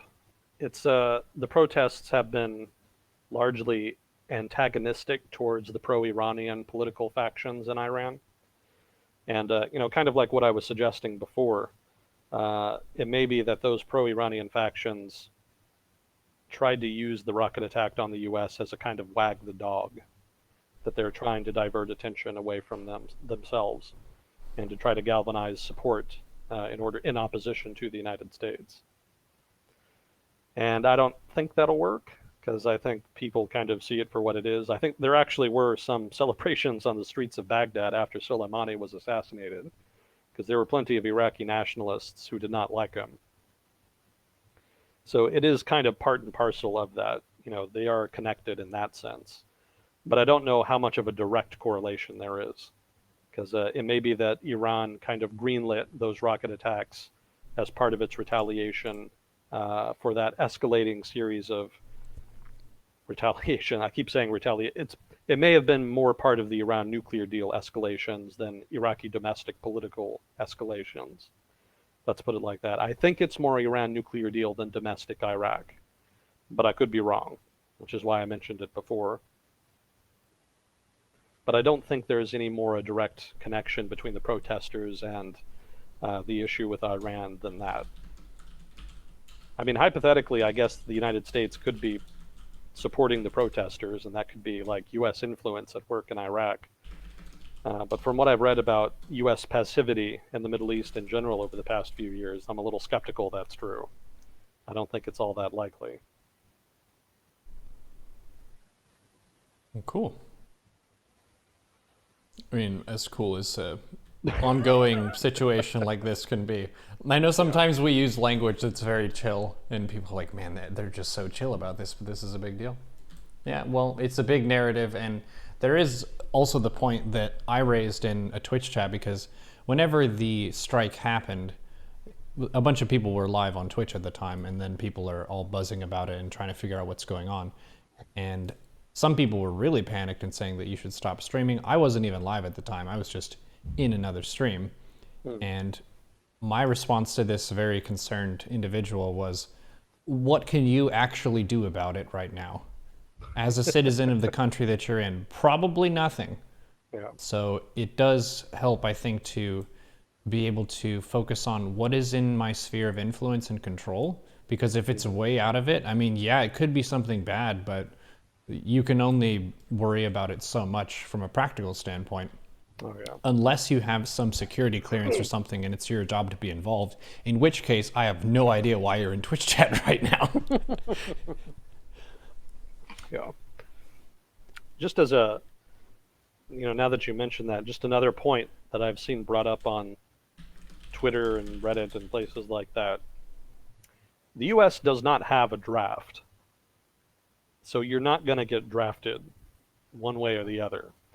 The draft can be brought back in the event of an emergency, but we're nowhere near that. And even if the U.S. ended up invading Iran rather, I doubt the U.S. government would bring back a draft. Because again, the U.S. public is going to be very opposed to a land invasion.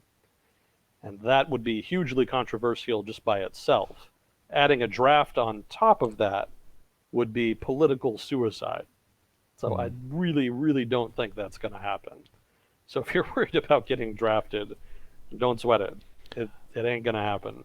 I also did look up again because I had forgotten. I was registered for the draft and I have the card in my wallet still, actually. Of what is the age range to be drafted into the United States military? It's 18 to 25. So we are too heckin' old, my friend. Well, I think age is the least of the problems I would have trying to get in. I think my physique might be an issue. I don't know what the requirements are to be drafted. You probably have to be able to run 20 yards without fainting. That's probably high on the list.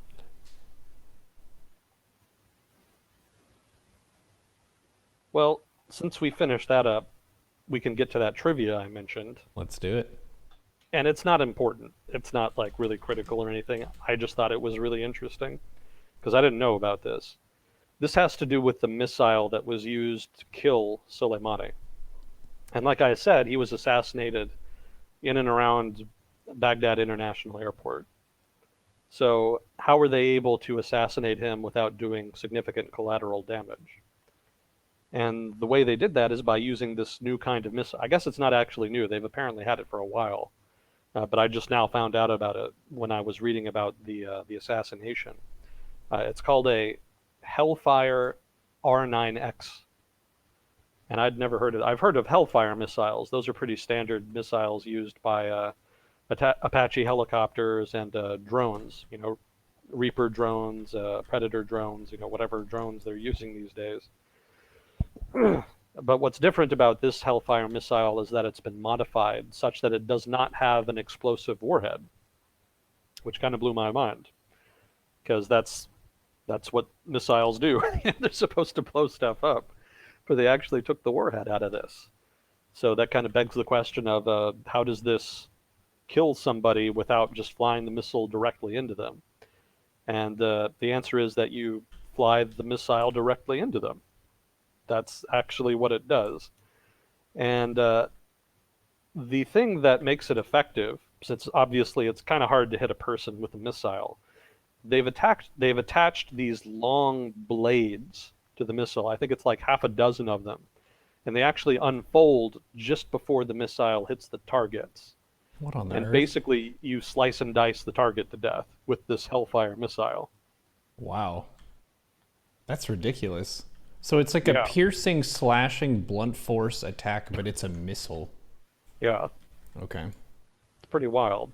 Did they I get had like an no idea. 8-year-old to think of this or something? Yeah, that's what some people were joking about on Reddit. Yeah, it's pretty interesting. Obviously, it's been designed to minimize collateral damage because obviously there's no such thing as a surgical strike when you're dealing with, 500-pound explosives. But by taking out the explosive element, you can significantly narrow down the damage.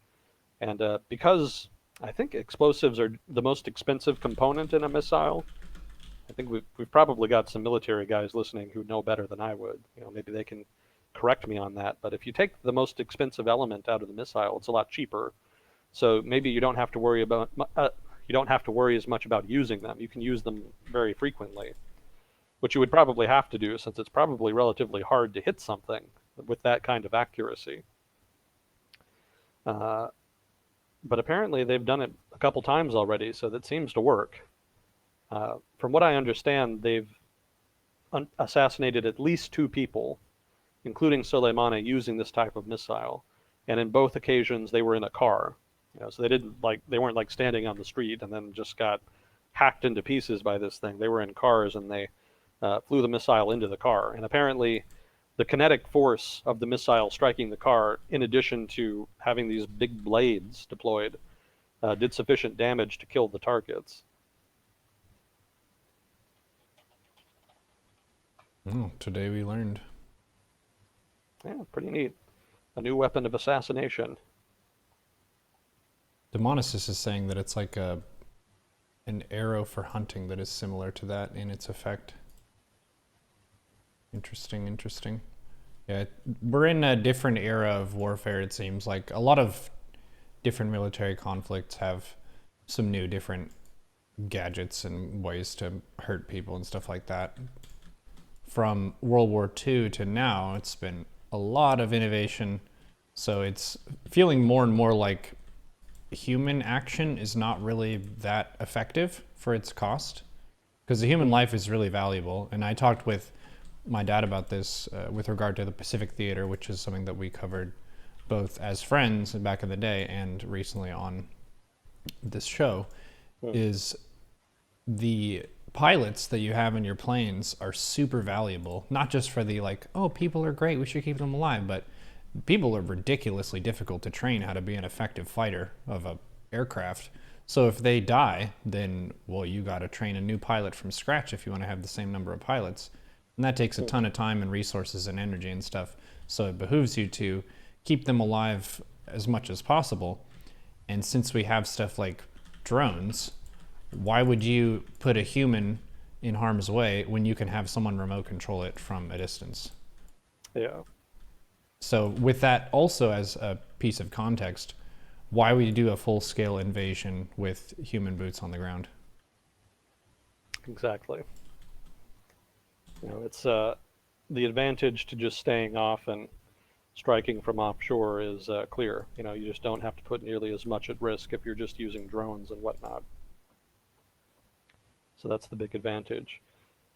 Troops on the ground still has the advantage of actually having the physical presence on the ground. Contrary to what the Air Force would have you believe, you cannot win a war from the air. They've been saying air forces around the world have insisted on that for the past half century plus, and it's never really panned out. and I don't think it's going to anytime soon. So, when it comes down to it, if you want to invade a country, overthrow a government, secure an objective, you have to have people on the ground. There's not really any way to get around that. So, in that sense, invading a country with ground troops still has its uses. It still has value. But obviously, you don't want to do that because there's significant political costs. You'll take a lot more casualties doing that. It's just a lot messier. So Not to generally, you only mention the want to do. logistics. Yeah, the logistics are crazy. I still find it hard to believe the U.S. has been fighting in Afghanistan for almost 2 decades now, because that's a country that's pretty much almost literally on the other side of the planet, and it's landlocked, and most of its neighbors have poor relations with the United States. So the fact that there is actually a logistical train going into Afghanistan supporting U.S. troops there is a little bit mind-boggling in the grand scheme of things. Yeah, I described that to calm some people down when the panic was at its peak with this whole thing. It is almost directly on the opposite spot in the world from us. Yeah. And my immediate thought was boats and trucks. Like, how would you actually get from one of those to the other one? It is a ridiculously long amount of time. You would need tons of material, lots of trucks. We're good at building trucks. I mean, that's what the U.S. is all about, building trucks. But still, Oh, yeah. way too far away. If you look Yeah. at Germany in World War II, who did they attack? Someone on the opposite end of the planet? No, they attacked their next door neighbor. Yeah. Yeah, territorial U.S. will be fine. We've still got the two big oceans there. That's a pretty big barrier. Mm-hmm. I guess they might try something sneaky, like a dirty bomb or, ballistic missile or something, but it's pretty unlikely. I don't think it'll really go anywhere. Terrorism is more likely. They could try something like that, Mm-hmm. but they're not very good at that. They've apparently tried a couple times to assassinate major political figures, not American ones, but for example, they tried to assassinate the Saudi ambassador to the U.S. in Washington, D.C., and that turned into a clown show. So they're not really very good at that particular type of clandestine activity. Random terrorism, just targeting civilians, anybody can do that, so that's always a possibility. But, if they do that, then one, we're probably going to find out that it was them. It's not going to be rocket science. And two, once we figure out it was them, that's probably going to bring down a lot of wrath, because the Trump administration has already showed that it isn't going to respond proportionately to the death of a U.S. citizen in Iraq. If there's a death of U.S. civilians within the United States, there's going to be an even bigger, presumably, disproportionate response. So that itself acts as a pretty big deterrent to Iranian terrorist activity in the United States. So I wouldn't worry too much about that. If you're running around the Middle East, hiking in the mountains between Iraq and Iran, probably going to be a problem for you. Wouldn't recommend that. Never seems to stop anybody, though. They keep capturing people who do that. I don't know why they do it, but that's going to be a problem for them more than anybody else. So probably not too much of a problem. That's the benefit of being a global superpower. A lot of the stupid stuff you do doesn't generally come back to haunt you too badly. Obviously, there's been exceptions, but in general, if you're just a regular U.S. citizen, you generally don't have too many problems that are related to U.S. foreign policy. Geography is a really powerful force for shaping the strength of countries. I think we talked about this quite a bit just between us years back, about how it's a lot easier to build up your offense capability if you're starting from a very strong defensive position, say the continental United States, which means you don't have to worry about land invasion unless it's like Moose Mount Canadian troops or something. But aside from that, like, you don't have to account for as many campaigns that could be attacking you. It's one of the necessary evils of being on the earth as a human country is, even if you believe that violence is bad and you want to focus on compassion and love and science, If you commit 100% to science and you don't have a military, then you will get raided by bandits and die. Yeah. Things we learned from Civ building games. Well, it's important to have that monopoly on violence. Well, let's see. Are we doing okay on time? I guess I could just look. I keep forgetting I can. Yep. 1 hour 50. And then it's up to you as you want to do, because this is a good amount of content, but if your energy level is high and you have stuff to share, then you can go all the way to 3 if you want. Gotcha. Well, have you been following Libya at all? I have not. What's going on in Libya? We've talked a little bit about it before. I think the last time we talked about it, it was about how the eastern government of Libya, the Benghazi government under General Haftar, was going to war, effectively, against the Tripoli government in the western part of Libya. And he started that up with the intention of unifying Libya under his government. But it wasn't really clear he would be able to pull it off. He made a lot of progress at first, but then the Tripoli government started getting air support, probably from Turkey or Qatar, and since then things have kind of stagnated a bit between them. And hasn't been a whole lot going on over there on account of that. There's been airstrikes intermittently. There was a refugee camp held in the Tripoli government's territory that killed a whole bunch of people, so some of the human rights community was pretty upset about that. I don't think anybody in Libya particularly cared, but that was in the news for a while. But other than that, Libya has not been well reported. Let's put it like that. So what happened recently is that the Turkish government announced that it was going to deploy its military to Libya. And allegedly that's at the behest of the Tripoli government. Tripoli government has had pretty good relations with Turkey and Qatar. And so it looks like the Turks are going to double down on their support for the government and deploy actual troops to back them up, so that they don't get overrun by General Haftar's forces. The Tripoli government is technically the official UN-recognized government of Libya, so it's not like the Turks are necessarily picking a side. Technically this is supporting the official government, but really they're picking a side. It's the Tripoli government is pretty much their faction. It's the one that's they've provided the most. The Turks have been the ones who have provided the most support to that group, so they're more aligned with them. Technically, the U.S. officially recognizes the UN-recognized government, the Tripoli government, as the sole government of Libya, but it hasn't really been doing anything about it. It's been lending some support. It's tried to mediate between the two sides, but it hasn't really gotten substantively involved in the conflict, such as it is right now. General Haftar, for his part, is getting support from Egypt and the Emiratis, the UAE, and possibly the Saudis, but I haven't heard much about Saudi involvement in Libya, so I kind of suspect the Emiratis are taking the lead on that.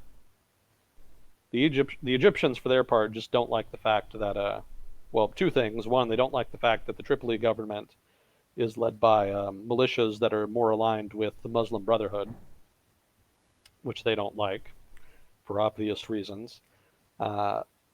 They also would prefer if the Libyan government was, one, in control of Libya. That would be great. Yo, if you guys could handle your shit, we'd appreciate that. Well, that's really what it is. The Egyptian government is concerned about terrorists and radical jihadis and what have you, and it's hard to keep a lid on them if your government is basically a failed state. So the Egyptian government just wants something resembling law and order in Libya, and they see General Haftar as the best way to go about that. Again, part of the reason they prefer General Haftar is because the alternative is more aligned politically with the Muslim Brotherhood, whom the Egyptian government is not on good terms with. So the Egyptians have been pushing General Haftar, giving him financial aid, weapons, and probably have been supporting him with airstrikes.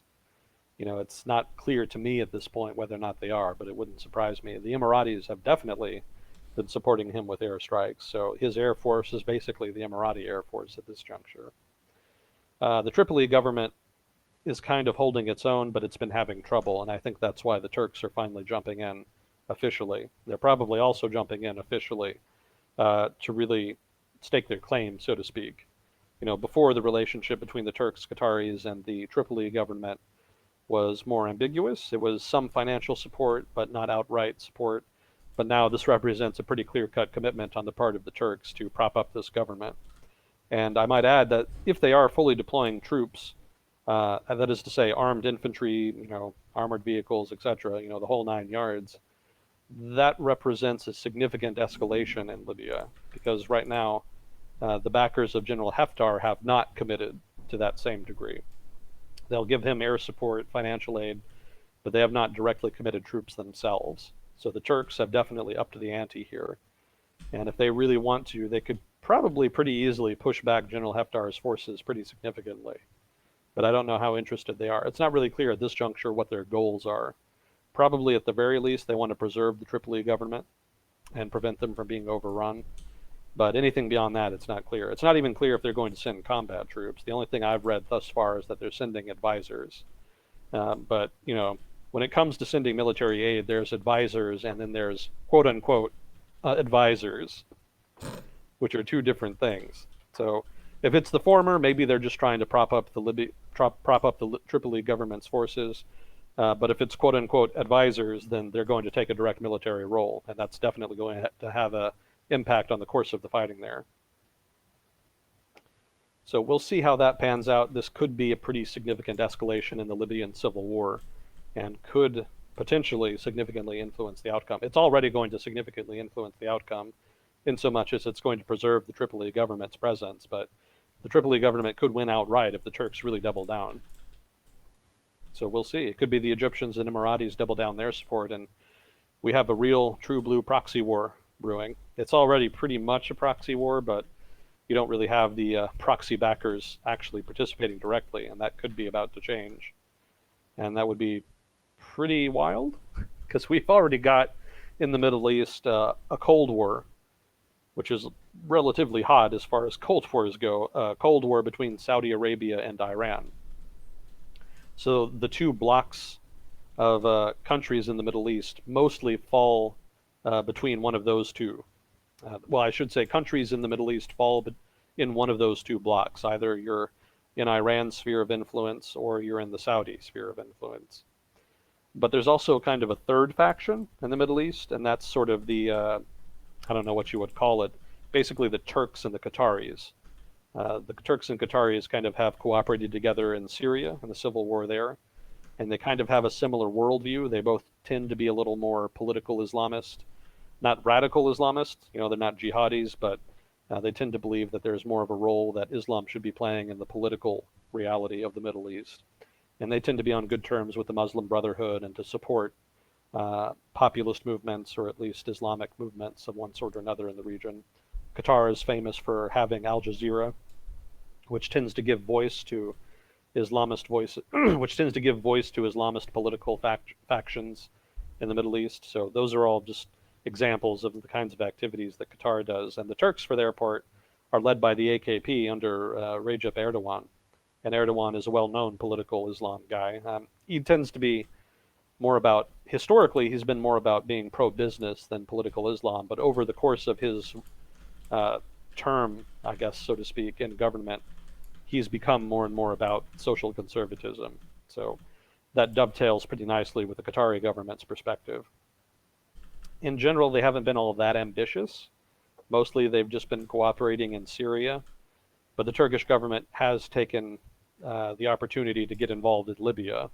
They've been involved for, I think, a couple years now, so it's not new. But this definitely represents the potential emergence, so to speak, of this Turco-Qatari faction in the Middle East as a major player beyond just Syria.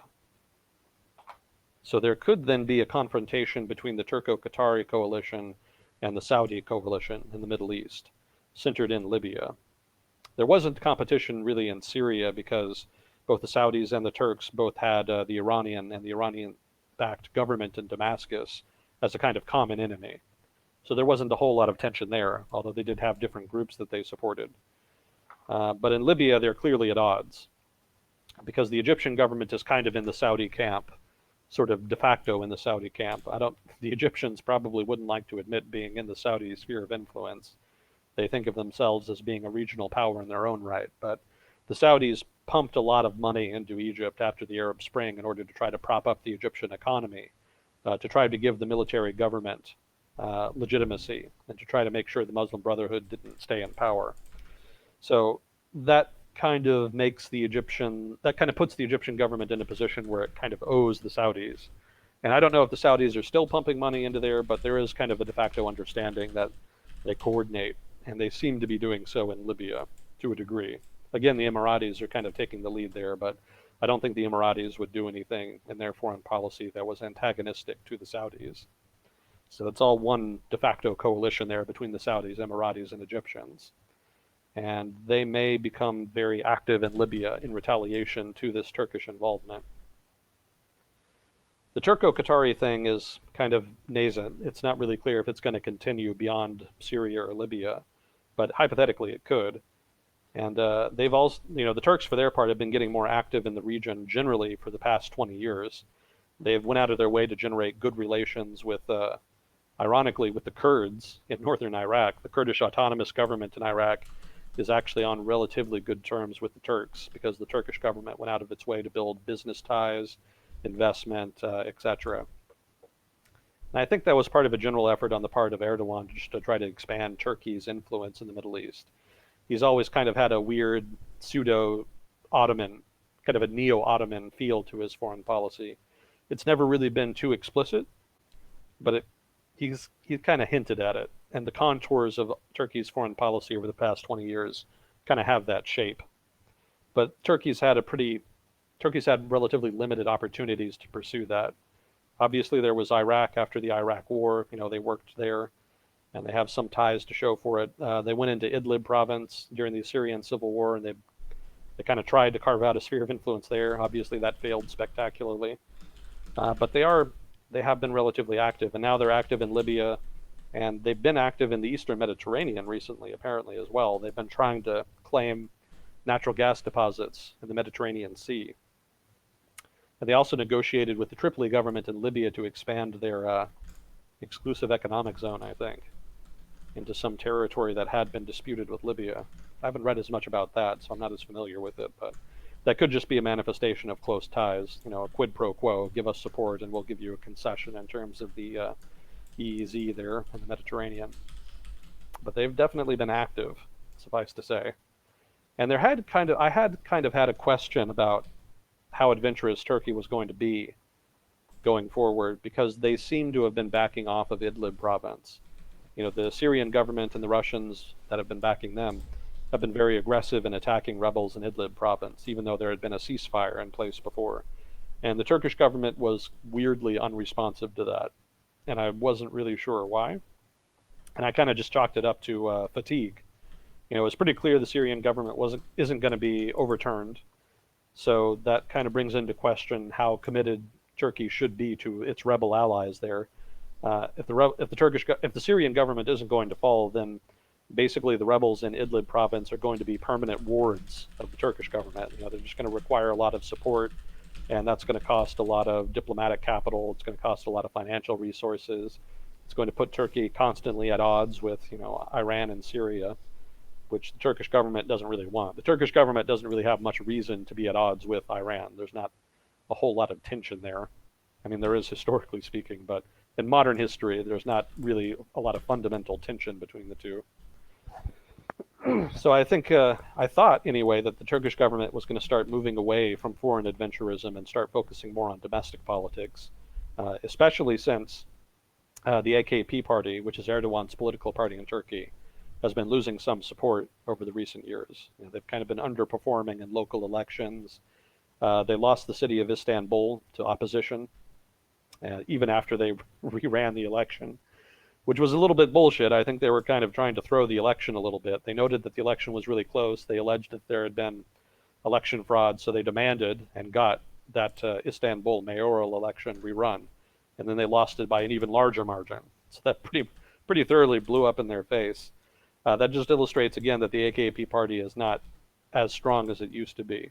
So I kind of assumed that all of these signals meant that Erdogan would focus on domestic Turkish politics and shift away from foreign adventurism. But the aforementioned actions in the Eastern Mediterranean, in Libya, and the Turkish invasion of Kurdish territory along the border with Syria, we talked about that a while back. I think all of that suggests that actually Turkey is going to double down on some of its foreign commitments. I don't know if it's going to significantly expand them, but it doesn't look like they're going to withdraw either. So it may just be that as far as Idlib goes, the Turkish government thinks it's a lost cause and they're just kind of allowing it to collapse so that they can focus on expanding their sphere into those Kurdish territories along the border.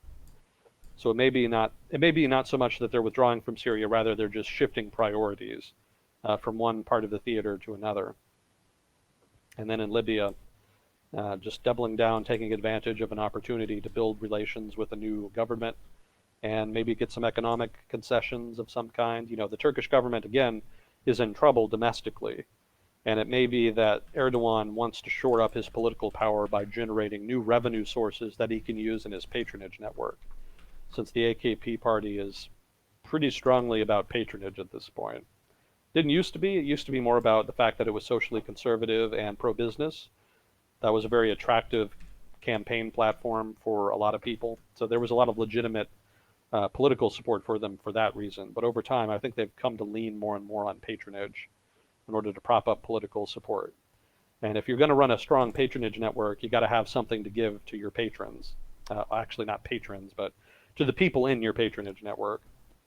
And the Turkish economy isn't doing great, so there's not a lot of opportunities there. You can't really fill out Turkey's bureaucracy too much with just political appointees, because the civil service is relatively good. I think somebody from Turkey can correct me on that if I'm wrong, but it's a relatively established institution, so politicizing it is relatively difficult compared to some other countries where civil service is not as independent or well established. So there's not as many opportunities there. So one thing you can do to generate revenue in order to pay off people in your patronage network is to have a foreign adventure. So you can go to Libya, prop up the government there, and they can give you economic concessions, and then your buddies in the business community can go take advantage of that and then give you a cut. And then you can use that cut to pay off people in government, politicians in your party, buy political support, do whatever you got to do in order to keep things running. So I suspect that might be some of the motivation there in a place like Libya. Obviously, in the case of Syria, it has more to do with the Kurds. They're obviously, the PKK is a national security threat for the Turkish government, and the Kurds in Syria are a little too close for comfort for Ankara, so they want to take action there to try to mitigate that threat. But taking action in the Kurdish territory also gives them an opportunity to carve out more territory that they can use to relocate their rebel allies over in Idlib province. There's lots of guys over there that the Turkish government is not on good terms with, so they may just pull out the rebel groups they are on good terms with, relocate them in that Kurdish area they've taken, and that has two benefits. That has the benefit, one, of basically abandoning Idlib. They don't have to prop that up anymore, so then the Syrian government can just reestablish its authority there, and that running sore will finally be dealt with. But then it also has the benefit of changing the demographics along the border to make them more Arab rather than Kurdish, since pretty much all of the rebel groups Turkey supports are ethnic Arab. So they'll have ethnic Arabs on the border instead of Kurds, which should mitigate support for Kurdish groups of one sort or another, be they the PKK or the YPG. And then that also has the benefit of putting Arab rebel forces allied with Turkey along the border, so kind of replicating the Idlib experience, only without all the jihadis complicating things. So not a bad trade-off for the Turkish government, and that just illustrates how they're doubling down on interfering, well, maybe not interfering, but on foreign policy. They don't seem to be withdrawing from it. So it'll be interesting to see, one, what they're going to do going forward in Libya and Syria, but I think the bigger overarching question is, are they going to expand activities into the Middle East writ large? And if they do, does that mean there's going to be a confrontation between the Turco-Qatari alliance and the Saudi coalition? And if so, what contours does that take? What is that going to look like? What does that mean for regional stability? Early days yet, but that's kind of something to watch over the course of the next year or a couple of years. Sounds like a heckin' mess. Pretty unstable. I guess it's not surprising, given anything that's happened. Well, given the region in question, yeah. Yeah. But we'll see with that. That also kind of ties into people who have been critiquing Turkey as a U.S. ally. Some people say that Turkey has not been a good ally of the U.S. or Europe and that they should be kicked out of NATO, etc., etc. And I don't think Turkey is taking an explicitly antagonistic foreign policy, is shifting its foreign policy to be explicitly antagonistic to the United States. I think rather it's just trying to establish an independent foreign policy. And sometimes that's going to be antagonistic to the US, sometimes it's not. I think it's just more about trying to expand Turkey's influence in the region. I think that's more the primary goal there. Again, I suspect it also has to do with propping up the patronage network, but uh, probably the main driver there is sphere of influence, or at least trying to establish one. Probably won't work, but that's the motive, I suspect. But as far as whether or not Turkey is a good ally of the U.S., that's going to create more tension just in the long run, inevitably.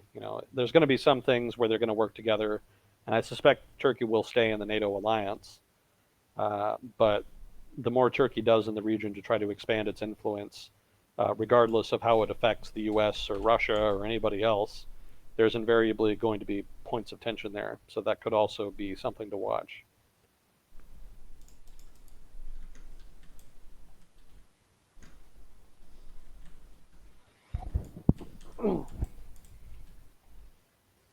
So did we have any? I don't think we have any questions, do we?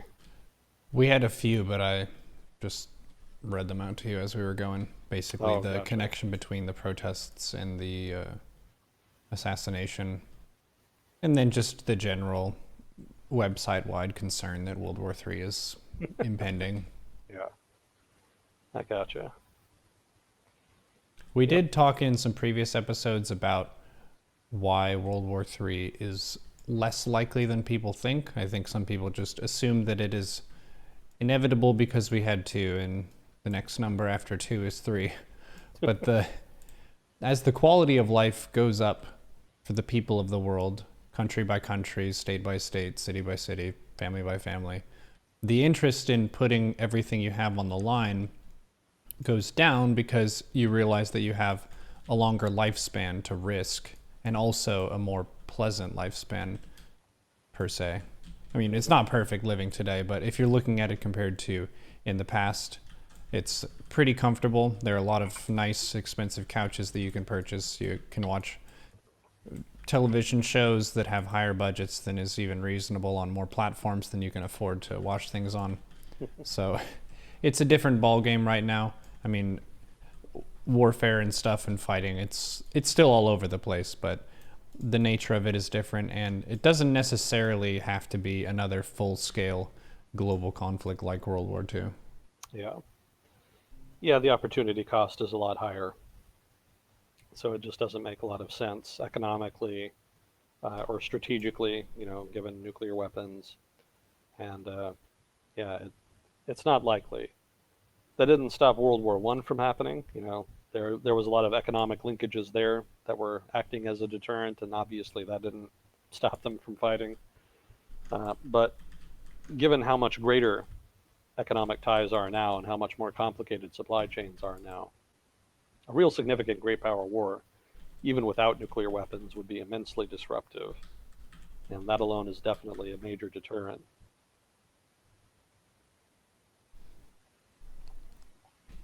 So let's see, what else are you interested in? Anything else caught your eye? So we missed last week. Was there anything that happened last week that would have been main priority for discussion? Let me see here. Libya, kind of. It's kind of been unfolding over the past couple weeks. Nothing like really big, I don't think. Oh, I did have a correction.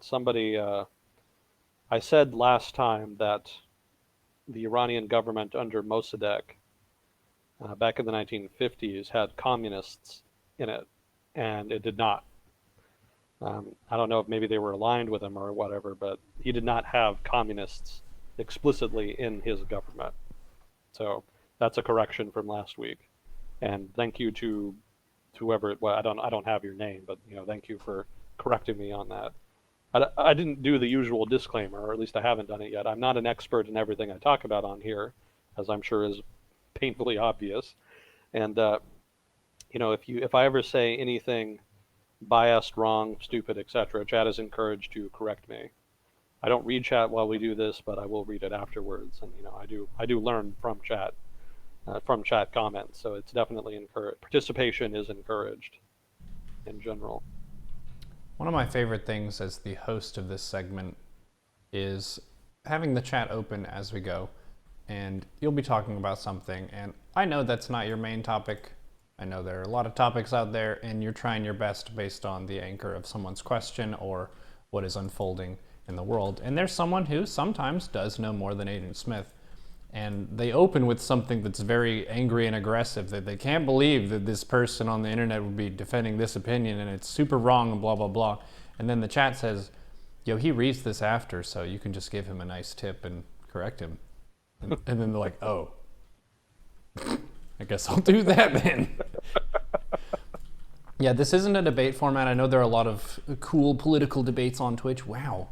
Where people have one opinion and then another person has another opinion, and then they're trying to just razz each other and have stronger argumentation for their point and this and that. This is a host expert format, and our expert in question, if he's wrong, he wants to have that corrected if you have a better answer. So it does make it a much more chill and even-handed exchange when we're not talking about these things so that there's a clear winner and a clear loser.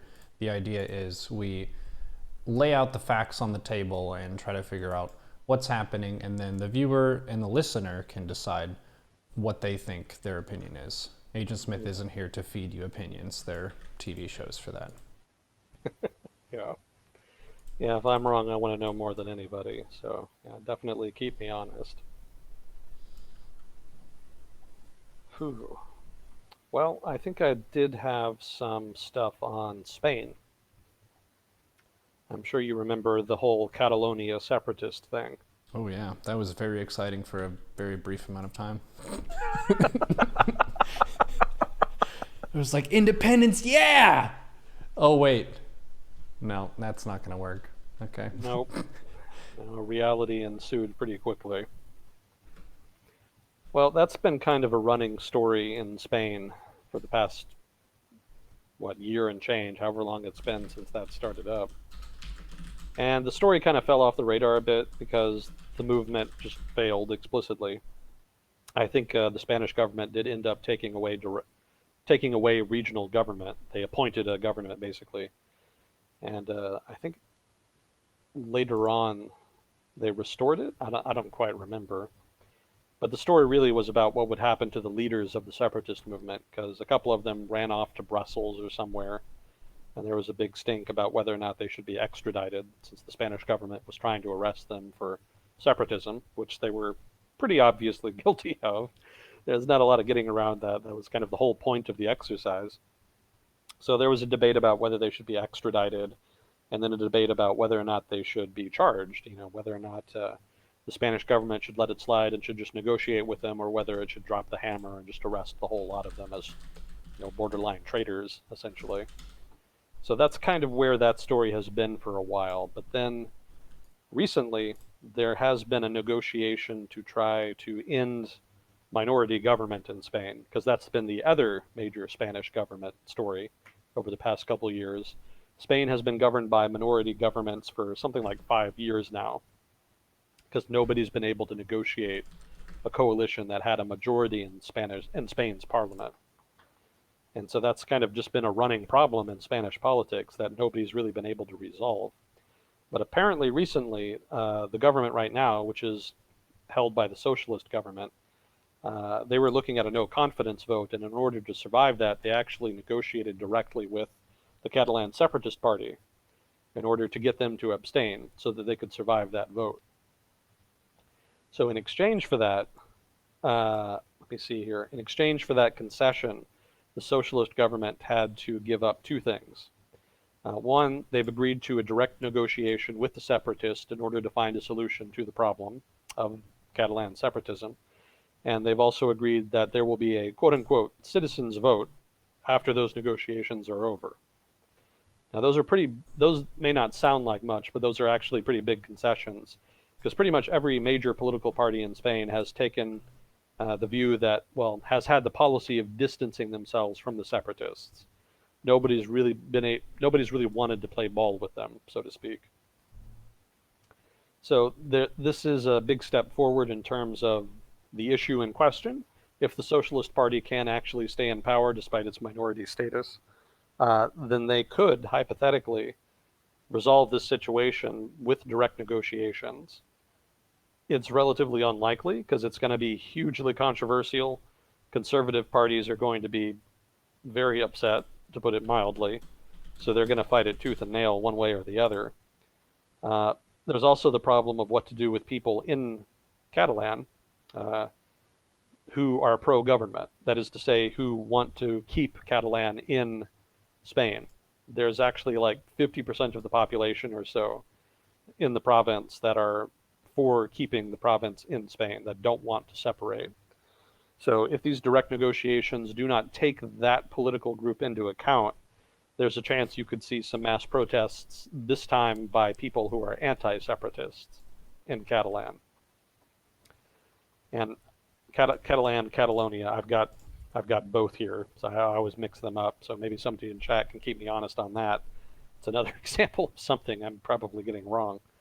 But regardless of which it is, that's something to watch going forward. There's going to be some fireworks in Spanish politics over the course of the next year over those negotiations, if they do indeed happen. And if you want to know what the likelihood is of Catalonia actually getting independence, I would still argue that it's very low. Why don't they just do a referendum? It's 50-50. Yeah, why not? You've heard of Brexit. Spain has a decision to make. Should Catalan stay? Should Catalan go? Spanks it. The new Brexit of 2020. Wow. Well, I don't know if they're going to go that direction, but probably at the very least, I suspect the negotiation will happen, but that they're not going to be able to make concessions big enough to satisfy either side. So probably this new coalition is not going to survive for very long, would be my guess. Somebody from Spain would know better than me, but that's my suspicion.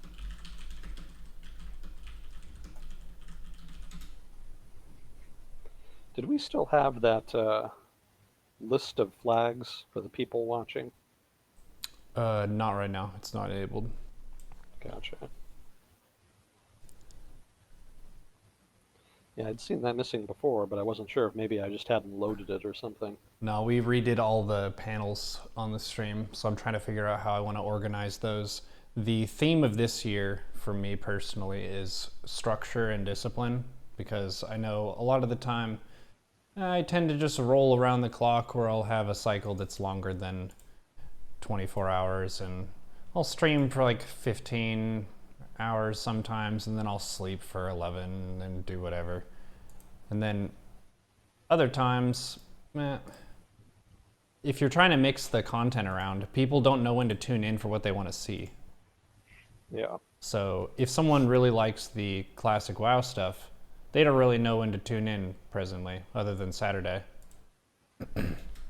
So this is going to allow me to divide up things so it's way more clear. I'm also going to be focusing on hitting StarCraft improvement really hard, because that's been something that is worth carving out. I spent a lot of time figuring out how to train and how to practice, but I haven't really been applying those principles. And just for a short version of this, I know this is in the Agent Smith time slot, but the main objective of having really amazing and solid practice is eliminating all the distractions that are not practice.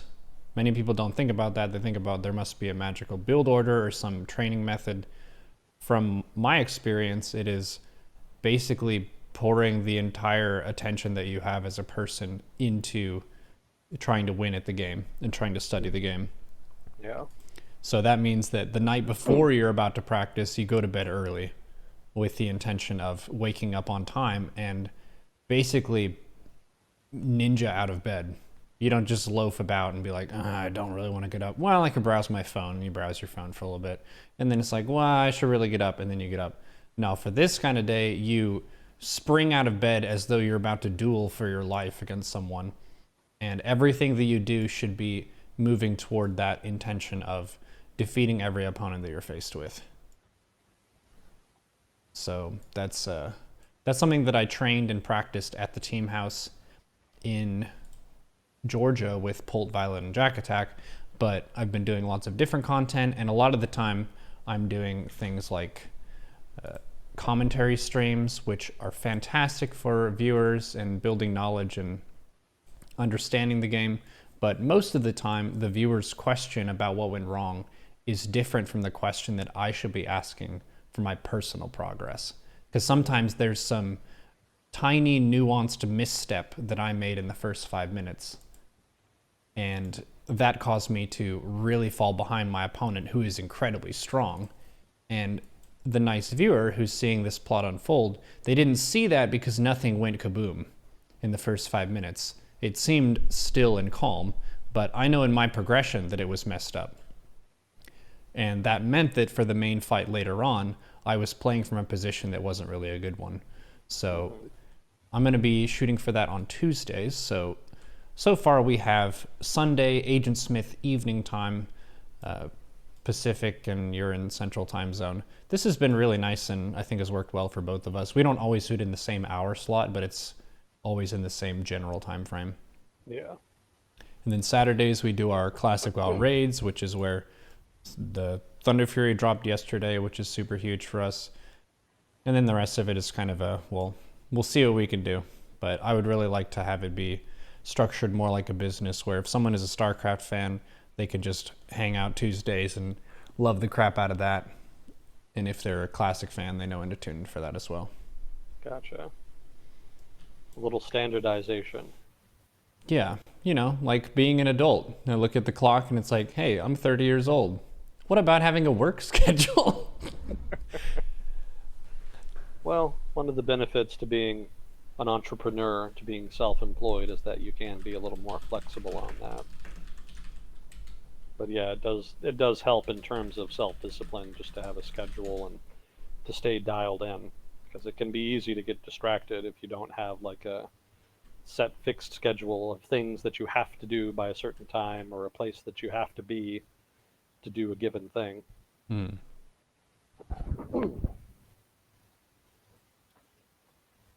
S.A. Fatum is here. Did you have a question for Agent Smith? Sometimes he preps you a nice question, but then we don't have the session. Yeah.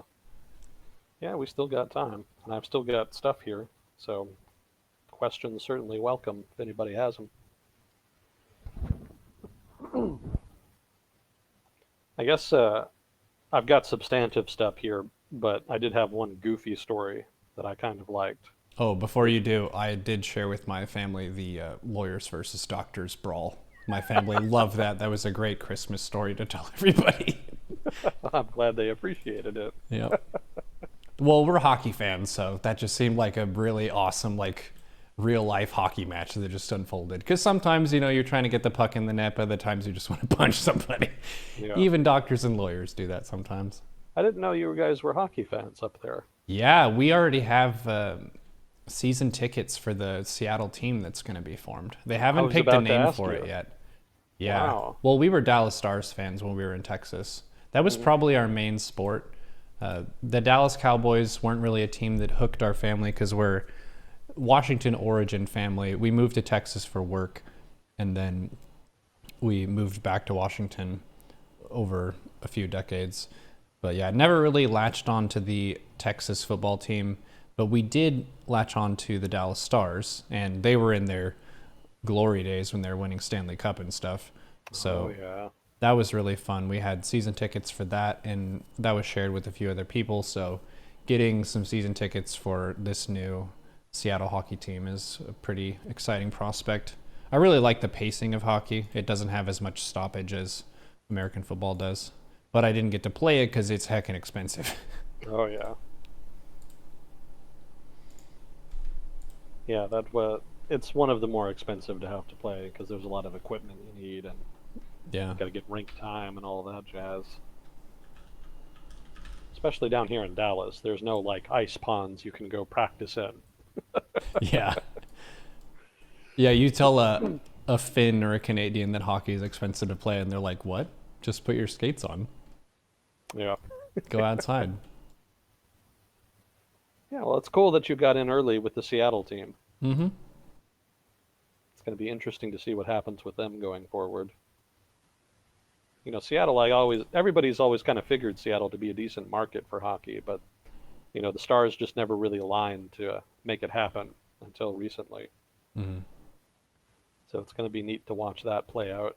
It's definitely a bustling area. Since moving here, you can see the growth is really rapid.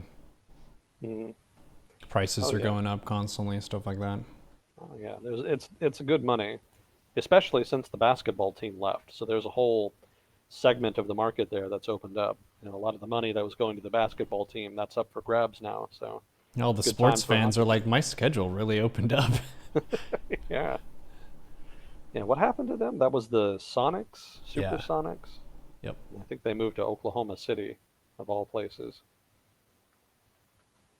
I don't know why you would do that. I don't think anybody really does. Well, the real answer is probably that they built a new arena. That's generally what attracts teams like that. Mm-hmm. New arena means a lot of new revenue. Yeah, I think that was the big thing that made the move in the first place, wasn't it? They weren't going to build a new arena for them. Yeah, arenas are kind of expensive though, no? Oh yeah. Let's just Yeah. build an arena, real quick, throw up an arena. Well, the real problem is that they wanted the city government to pay for most of it, and Mm. that's not really a good deal for any city government to take. So I don't blame them for not doing that. That's a little economics for you. Uh, the idea that cities or localities or states or whatever should be paying to build arenas or stadiums, that's pretty much bullshit. That's just something that teams use to try to cut costs and to try to get away with as much as they can in terms of profit. It's better for them if they can get somebody else to help pay for it, but really they should be the ones paying for it since they're going to benefit the most from it. Mm-hmm. Yeah, I think team cities have been pretty good about that more recently. They've been a little more reluctant to just give sports teams whatever they want. Sometimes it's not a bluff when they say that they're going to move if they don't get it. And that can be difficult politically since teams can be popular and they don't want them to leave. But in general, cities have become much more reluctant to give in to that kind of pressure. So that's to their credit. That's actually one of the reasons that I really oppose Dallas bidding for Olympics, bidding to host the Olympics, rather. It's just, it's really expensive and there's so many other things you can be spending the money on. Mm-hmm. Yeah, and they've seen lots of basically the ruins of all the old Olympic stadiums and stuff. It's just like left out there because there isn't the same market consistently as there is for an Olympic event that's hosted. So it's a very short term thing.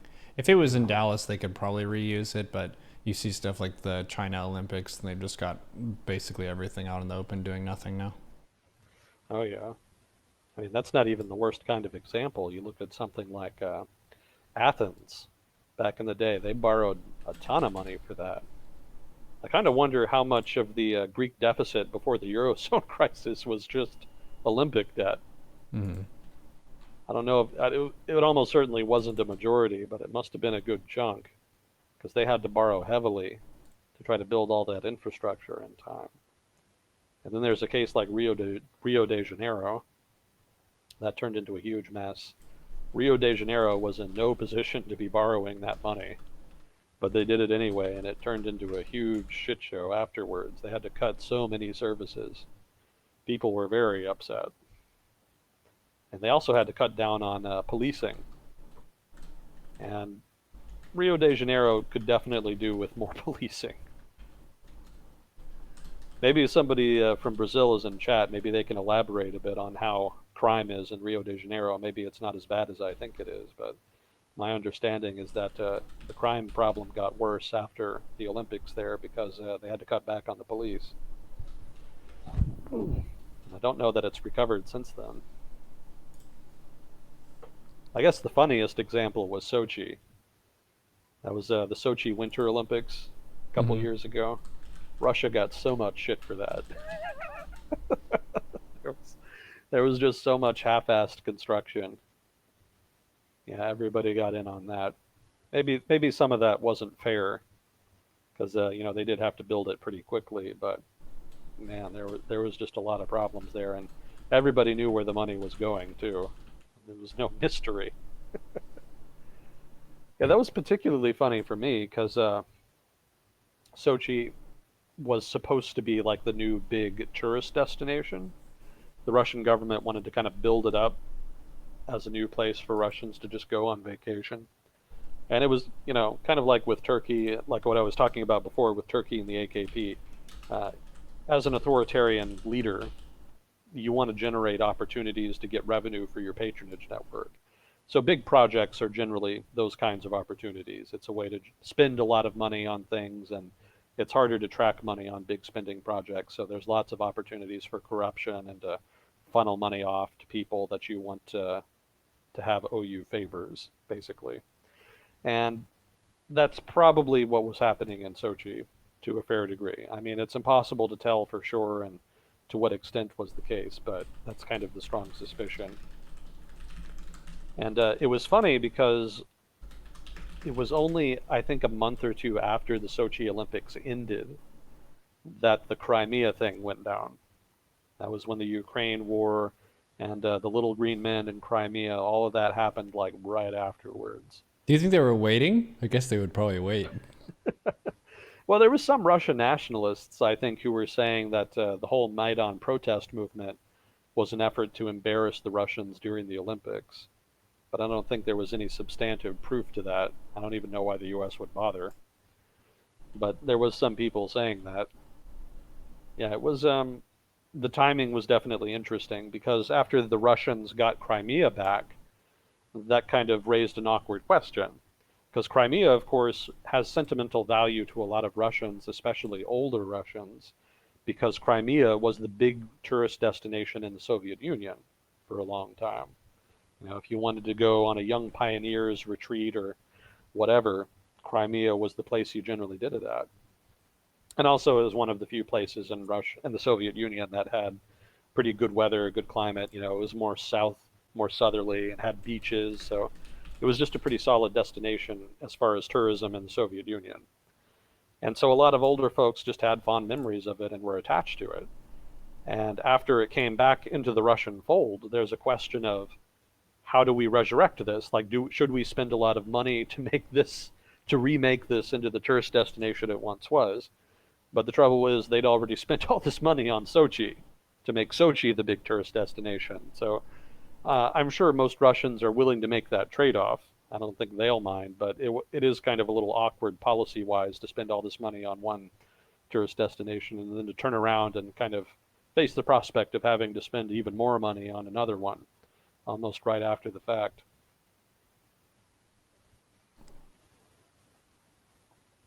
Who messed up the Olympics the worst? Tonight with Agent Smith. Yeah, it's just not a good investment. Don't do it. If you have the choice, don't do it. Let's see, what else do we have here? You were going to share a goofy thing? Oh, yeah, that's right. Yeah, this is neither here nor there, and it's not even that long. It's just, how do I describe this? Somebody spray painted a polar bear up in the Russian Arctic territories with the lettering T-34, and nobody knows why.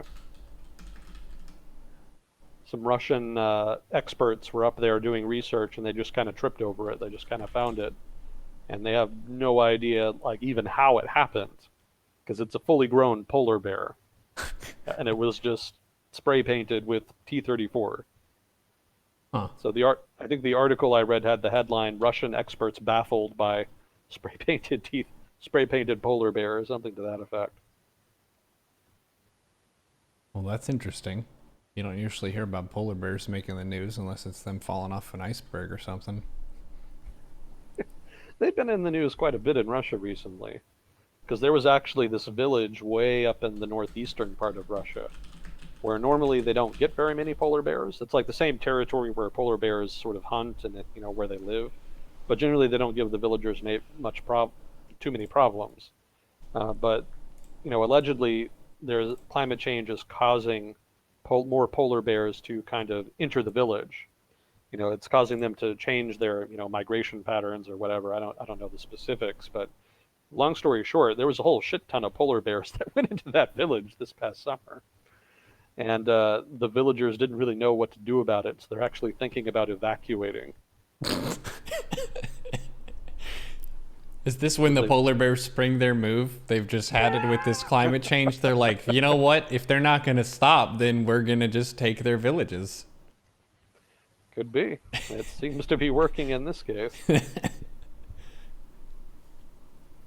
So those are just some. I just thought that was funny. It's humorous, stereotypical Russian news story. Great. I'm glad that we got our polar bear update for the week. Next week, I expect another polar bear report. Well, you never know. Maybe they make their move on Moscow. Who's to say? For those of you who don't know, because I imagine there's at least a few, T-34 is a type of tank. And specifically, that's the name of the tank that was really important for the Soviets during World War II. It was, I think, the one that they produced the most of. And it was surprisingly advanced for the era. It was actually more advanced than any tank the Germans had at the beginning of the war. And it ended up being critical to the war's course, basically. That's not a great explanation, but basically it's associated in Russia with World War II and with winning World War II. So it has a lot of sentimental and patriotic value within Russia.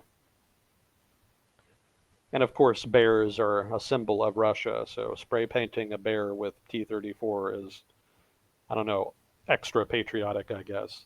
Again, nobody knows why it happened, but it just seemed like a stereotypical Russian sort of thing to do. Yeah. Well, some people like thrills. Apparently, if you're bored spray painting walls, then you can just move to more and more dangerous things. And then you get up to some apex predators, sure. Well, there's no shortage in Russia. Well, let's see. Did you want an update on the India thing with the citizenship and immigration law? Yeah, we've got about 15 minutes just as a reference. Okay. So, to kind of follow on with this story, which we were talking about last week, there's been some blowback in the states, let's say state, in the states of Assam and West Bengal to that immigration reform that the Indian government implemented. And the blowback wouldn't necessarily matter if it was just Muslims, because obviously that's kind of the group they were targeting to begin with. But the blowback is coming more from groups that the reform had been designed to win votes from. And that's going to be a problem for the BJP. Obviously, they're not looking to lose votes in West Bengal and Assam. So there's actually a chance they may scupper this whole reform effort. Yeah, the problem is in Assam in particular is what I have notes for here. They were hoping to win support in Assam, but a lot of the ethnic Assamese are angry because they think the refugee bill is too watered down, has been watered down by the immigration measure. They don't like the fact that they're extending refugee status to Hindus and other non-Muslim groups. They prefer all of them to get out because the ethnic Assamese, specifically the ethnic Assamese nationalists, are angry about immigration into Assam in general. And so they don't like the idea of Bengali Muslims, Bengali Hindus, like they don't want any of these people to come in and change the demography of their state. So they see the immigration measure as watering down the effort to get rid of, they see the refugee bill as watering down the immigration measure. So they don't like that.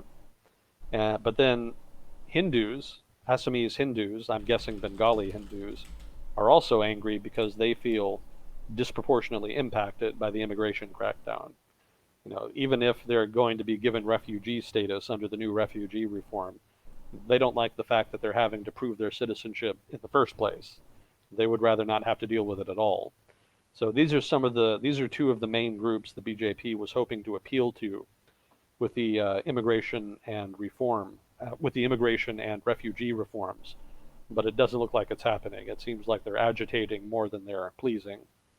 So if they're not going to get substantive support in Assam and West Bengal from the effort, and I imagine in West Bengal things are similar, they might actually back down, which would be a pretty big deal for a lot of the people who were looking at deportation, regardless of whether or not they were actual citizens or not.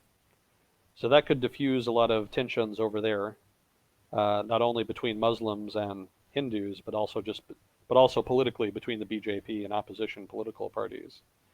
And certainly, it would be good for the social integrity and economic situation in Assam and West Bengal. They may still try to push it through, but given that they're not going to get the political reward they're looking for, I pretty strongly suspect that they're going to change it or just rescind it entirely. Yeah, it's interesting that a lot of changes that maybe have a good intention but inconvenience people who perceive themselves as to have done no wrong can face a lot of resistance. Why should I have to do that? I didn't do nothing wrong. I've been here my whole life. My family's been here for 16 million generations. Now you make me present my papers. Come on. I definitely feel that energy. Yeah, I've been seeing that a lot lately on my procrastination YouTube tours. I've been marathoning my way through Cops and Live PT episodes. I don't know why. It's been a long time since I've watched them, but for whatever reason, just kind of wanted to watch them again, and that's turned into my principal form of procrastination the past few weeks. Nice. I've watched some shows myself. Been getting into Vinland Saga, which is pretty cool, and I finished The Mandalorian. Nice. Yeah. I suspect that's a lot more entertaining than what I've been watching. I would highly recommend The Mandalorian. It plays out kind of like a Western is the feel for it. So for some people who maybe aren't into all the like fancy saga stuff of the new movies, Mandalorian is a very different feel to it. It's way simpler in the number of characters and the types of things that go on, which in a way makes it easier to follow and to relate to the characters and see them develop over time. But I thought it was absolute blast. I would probably say Mandalorian for me as a watching experience, not necessarily as a film critic, I would give it an easy 10 out of 10. The most recent Star Wars saga film, I would probably give a big 6 out of 10. Cool. Yeah. I'll have to give those a try then. Yeah, I'm not as much a fan of the Star Wars saga films. There aren't really that many of the characters from them that I really enjoy, which is one of the main things for me watching a show. Sometimes the characters are more important for me than the plot. I would just prefer to watch a show with characters that I like, and then they get in situations and it's cool to see what they're going to do. Yeah, character-driven plots tend to be better, I think. Kind of gives you something to chew on, and also makes it a little rewatchable, you know? Shows that are more about like a mystery or a thriller, you kind of know how they're going to end after you watch it, so it's not really as exciting generally Yeah. once you've been through it the first time. Well, awesome. It's been good getting back into it. I'm super excited for this year. It's already been a really lucky start to the year for me, and I've got some pretty exciting things lined up. It's good to be in Seattle, Washington. I'm feeling good about that, and I'm very, very thankful that we continue to do this segment. It's one of the most refreshing and sobering and enlightening parts of my week. So thank you very much, Agent Smith, for continuing to tune in, for all the nice viewers who supply cool questions and corrections to the discussion as we go. Supporting this kind of content on Twitch, podcast, YouTube, and all those cool platforms. Check out Agent Smith and the things that he does. We have a link to his SoundCloud here in the Who Is It command. Agent Smith, awesome having you on. We will see you next week, sir. See you next week. GG.